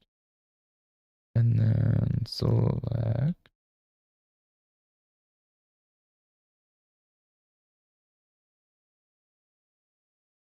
I don't know what I was doing there. Anyway, and then on this part, we can just erase the head, right? So I'll just get rid of the head entirely. And now we've got both heads on separate layers. So I can compare the one if I want to see what it would look like. But I can also, so this is that head, this is this head. So let's lower the opacity of this one. And now let's kind of warp this head and see. So it definitely got a lot smaller, and that worked a lot, right? So a lot smaller and kind of angled up a little bit more. That maybe. And now let's turn off this head. See, I've grown already to like this slightly distorted perspective of Reed's head. And there's the beauty of the liquify tool. I actually wouldn't have drawn it this way, but something about that looks good. So now let's see if we can replicate that actually then with this one so it doesn't look as like weird. So if we just do a simple distort, let's kind of pull the perspective so his head's looking at us. I'm sorry, it's looking away from us. So the jaw is a little bigger. So when you're working with a distort tool like this, think of the perspective. So I'm going to get out of this for a second just to show. So if this is a box, let's say his head is a box. But if we're going to distort something, it's going to show us these are the points to pull from, right? Each corner becomes a point of the box that is his head. If we want to make something appear like it's going further away from us, everything closer to us, as we said, is bigger, right? So what you do is think of it just simply as a box, not as a head. Think of it just as this box that when you grab the box, you grab these points that are the lower points here and you stretch them. So it becomes something like this, where then even if you just look at this shape, this is being pulled away. It's smaller and we're stretching out the bottom, right? Super easy idea. Takes a while to get used to, but just saying like that goes a long way. So let's see the difference in these two heads. So we've got this head. So what is it? What do I like about? So I think I realize what I like about this one is his jaw, right? If we look close, his jaw becomes this shape. So we're looking at a hard shape like this. And I think that becomes way more intriguing to look at than if we're looking at a shape like this. Because this shape, square, right? Square is boring. It's square, right? There's a reason why it was in the 80s, it was square. It's boring. It's even on all sides. It's kind of boring. How do we make that look cooler? So honestly, why are we monkeying with this when we can just keep this and I can redraw it? Okay. So get rid of this head. F it. It's done. So here's this head. And can we maneuver the neck to just look a little better then? Let's make a new layer. Connect this. This neck curve can go up. Right? Yes, that looks fine. The normal layer. So I need to... So I'm going to combine this down. That was stupid to work on a separate layer. So now I can do it all in one swoop here. So this is all the same piece. Curve this. So again, neck goes right into chest. We don't even need to know. We don't need to see anything other than that. Look at that beautiful curve. And look at this negative space here. There's cool negative space here and cool negative space here. I like that. Now it looks like Banshee from X-Men. Um, we might need to reassess these curves now too, since we've distorted so much, but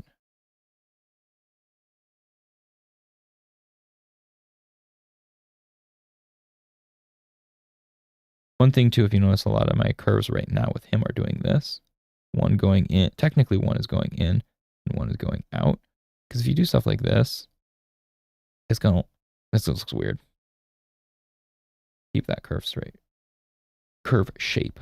So here I really like this jawline for the or this beard line, if you will, reads well. So if we reassess this beard and have it much wider at the base, and then really sell that mustache shape too, then we can always, if we're playing with perspective, let's push this up then. Too big. Oh my gosh, eraser, don't do the things. So mustache could be like this.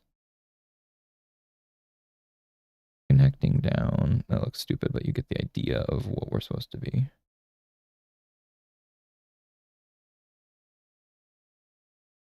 Does he have a, how does his beard connect? It goes right to underlip. So he's got his lip visible. But then he's got like that little empty space, right? Okay.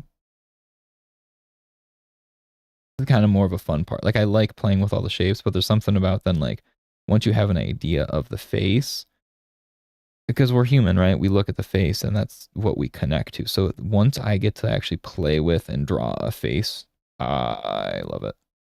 Because all of a sudden the piece feels like 1,000 times more relatable. He's not just a bunch of lines. He's a person. He's a character. He's a living thing we're trying to emulate. So give him classic gritted teeth, right?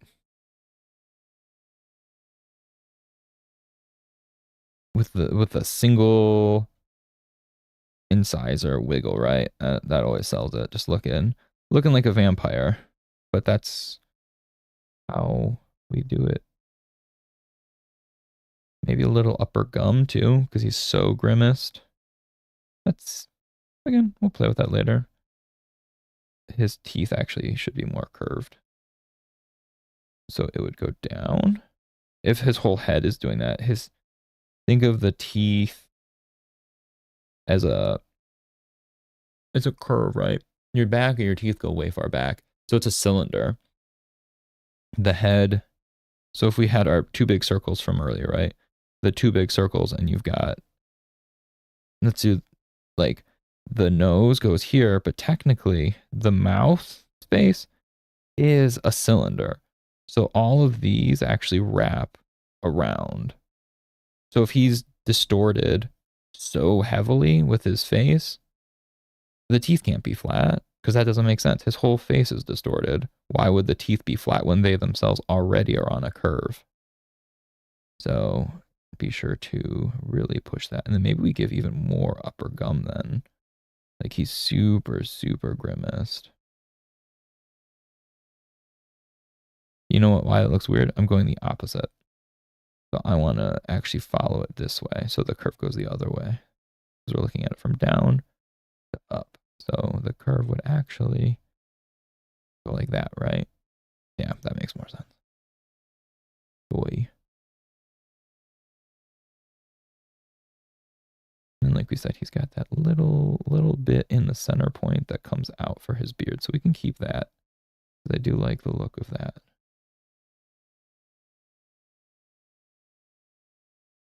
Some break of the shape to get an idea. His beard follows like big old goatee energy and then into just stuff like that. Okay. Boom, boom, boom.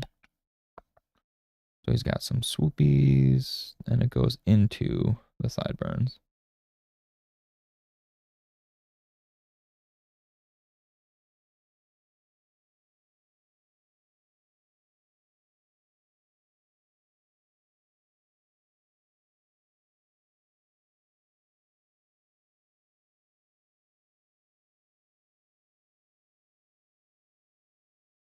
feel like everybody has their like go-to way of selling the inside of the ear,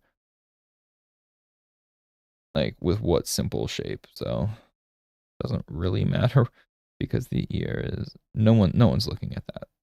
As long as the ear makes sense, no one cares.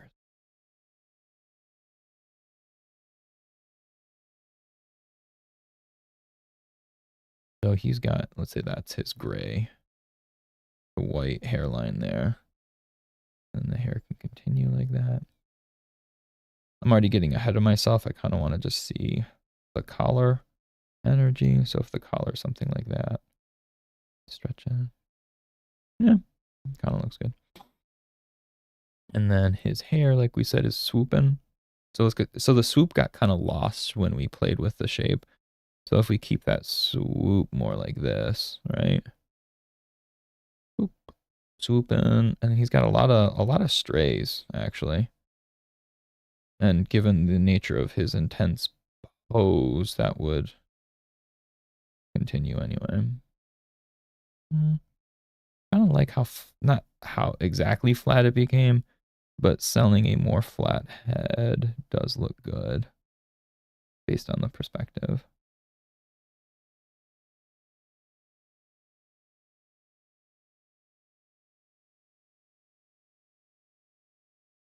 Kind of looks like Clone Wars Obi-Wan Kenobi right now. Which is ironic because the voice actor apparently for Obi-Wan Kenobi in the Clone Wars is the same one who voices Magneto in Marvel Rivals. Fun facts. Voice acting's dope. It's so cool. When people like you hear it and you're like, oh, that character is so sold because of that. The performance. It can make or break so much. And that's what in the creative field, it's not just one or the other. It is such a combination of so many art forms to really sell whatever it is we're trying to see or experience. So again, like we said, his brow here, we don't need to see it. We just need to know it exists, and it's pretty much in shadow. His nose can have that strong kick. And then his nose will break the his nose will break the beard. I think that'll look good, right? Yeah, because he does have a decent sized nose in this iteration, especially if he's John Krasinski's vibe. John's got pretty good sized nose. I respect it. I understand it as a fellow big noser. Gotta have that in. So with the beard, since we're doing that 9/10 angle, you actually wouldn't see, I don't think, that other empty space between his chin there. Whatever this guy is called, that empty negative beardless, that hairless space.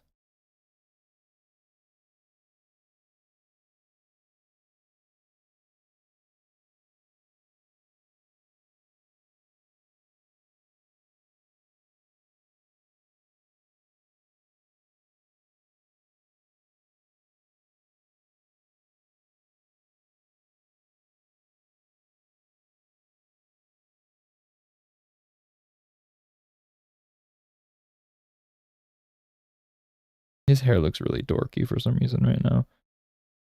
I'll need to figure out why later.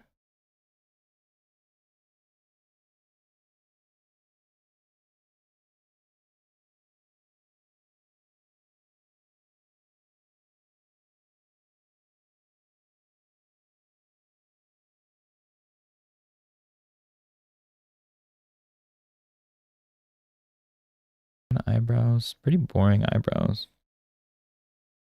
Let's accentuate it. Make it real thick here so we can sell the expression.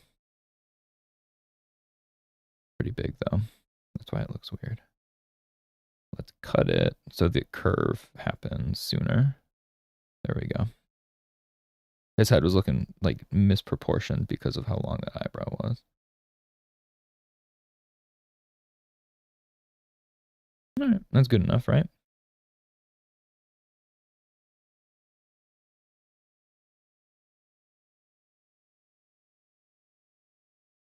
His head looks a little more refined at the moment than everything else that's super etchy, but that's the nature of it as we're cruising along, making, you know, bit by bit cleaner here and there. So that makes sense.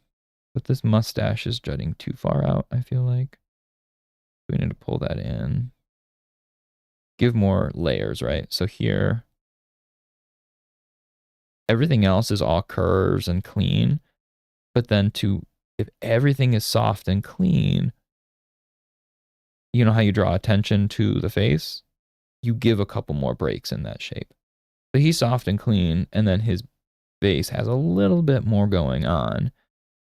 So it is the place of more detail rather than everything else being super simple or super streamlined, I suppose would be a better way of saying it. So giving a little bit more curvature to his own face can help draw the eye there. But it's a fine line because too much and suddenly it doesn't feel like his face belongs, right? So you gotta ride that line pretty well. So I think here what I want to do is still have this shape, but like if we simplify it a little bit though, that'll go, yeah. Simplify this shape and still give maybe, there we go, like a distinction between side to, like we said, the tip of his beard here. So cleaner shape, but still a little bit more. Let's pull this curve to kind of counter. So this knee curve goes really high. And then we've got this really flat piece right there with his beard. So I wonder if we just give a little bit extra love to that curve to squeeze the negative space. So if we're always looking at negative space, and if this was just a straight flat square of negative space, that's boring, right? Like we just said, squares are usually boring. So try and curve it just a little bit. That smidge of a curve can really, really sell more movement too. And that just looks better.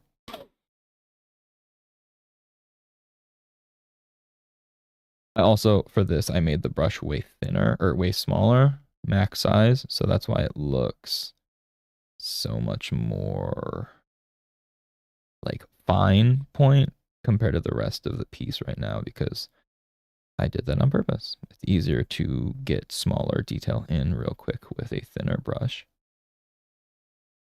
Or in this case, it's just like a pencil, but thinner piece of equipment. Giggity. Okay. What time is it? It's gotta be late. Well past 12:30, right? Yeah, 12:46. Oh, yeah. My timelines have been all over the place with these streams. I'm okay going over on time, but definitely so long as I start on time is all I really care about. Going over is okay, especially on a day like Monday, Wednesday, Friday, where I have a little bit more wiggle room between when I do this and then when I want to edit videos. Head is too flat. I just kind of want to get this hammered out and then I'll finish. I just want to look at it and think it looks good enough of a shape. And by it, I mean just the whole piece. Like, I feel like I can walk away with it saying, hey, this piece looks a lot better today than it did yesterday, and I can be happy with that. So keep a stronger curve with his back of his head. We're adding this curve here, right? I wonder if it just keeps like this. This curve is throwing me off. His neck. His neck is just not extreme enough or it's too boring. So what if we just kind of thin it a little more like, I want to keep the simplicity then. There's too many curves there. I want it just one swoop. That reads a lot better. It became too busy by giving it the S curve. This is already a big S curve, really. So we don't need to overcomplicate things.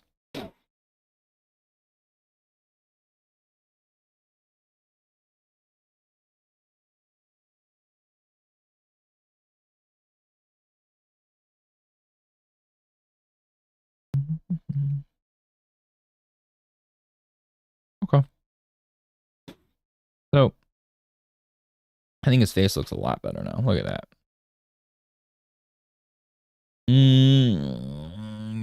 I think I see something. So if we're playing with the proportion or perspective, right? Let's look here. His brow, flat. Oh, that's not what I want. Super flat. He's receding in space, right? So technically what we see behind would be higher. So this brow line is too flat. I feel like his brow would actually cut with the nose to better sell this shape. And then this can go like this, maybe. His cheekbone, we can see, again, more of an illusion of a cheekbone. Maybe we actually, do we draw the eye then? I don't know. Because that's getting dangerously close to actually seeing his other eye now if we do this.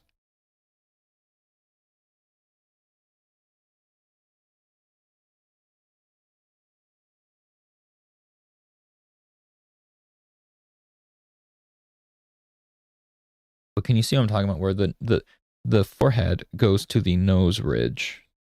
So we don't really see. So we can leave it like that. You could leave it like that and nobody would question, right? But I also feel like you would see a little bit of cheek then at least. So maybe if we do something like that. Yeah, I'm okay with that. For now, until I look at it again later and absolutely hate it. You know how it goes.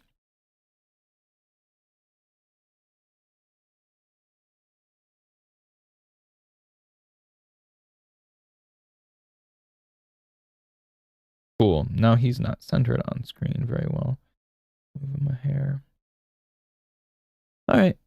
Well, that's at least not nearly as much as I wanted to do today, but sometimes the learning process is longer than we expect. And that definitely was what happened today. I'm cool with that. But hopefully tomorrow I can do a little bit more. Get some details in, maybe lay down some color. Ideally be done with him tomorrow, honestly. I'm not trying to look to make like unbelievably finished pieces, just close enough. Just clean pieces that are fun to post. And that's one of the things I'm trying to get better with is not everything needs to be a final illustration. It just needs to look cool. And that's what we're going to do with Reed. So it's time for me to go eat. Disassemble this weird Frankenstein setup I keep doing. I'm going to be doing now for the moment with my iPad. And keep on moving with today. So as I'm looking through all these, yeah, these are cool. So it's been a good one. Hopefully we all learned a little something. I know I definitely had fun with that liquify tool. Totally sold it. You know what? I'm going to show one last time. Look at this. Look at this. Oh, wait, is this to that? Come on. Come on. Come on. Come on. Come on. Woo. Night and day. Night and day different. But hopefully tomorrow we got some cool stuff to show. Until then, as usual, be kind and kick butt.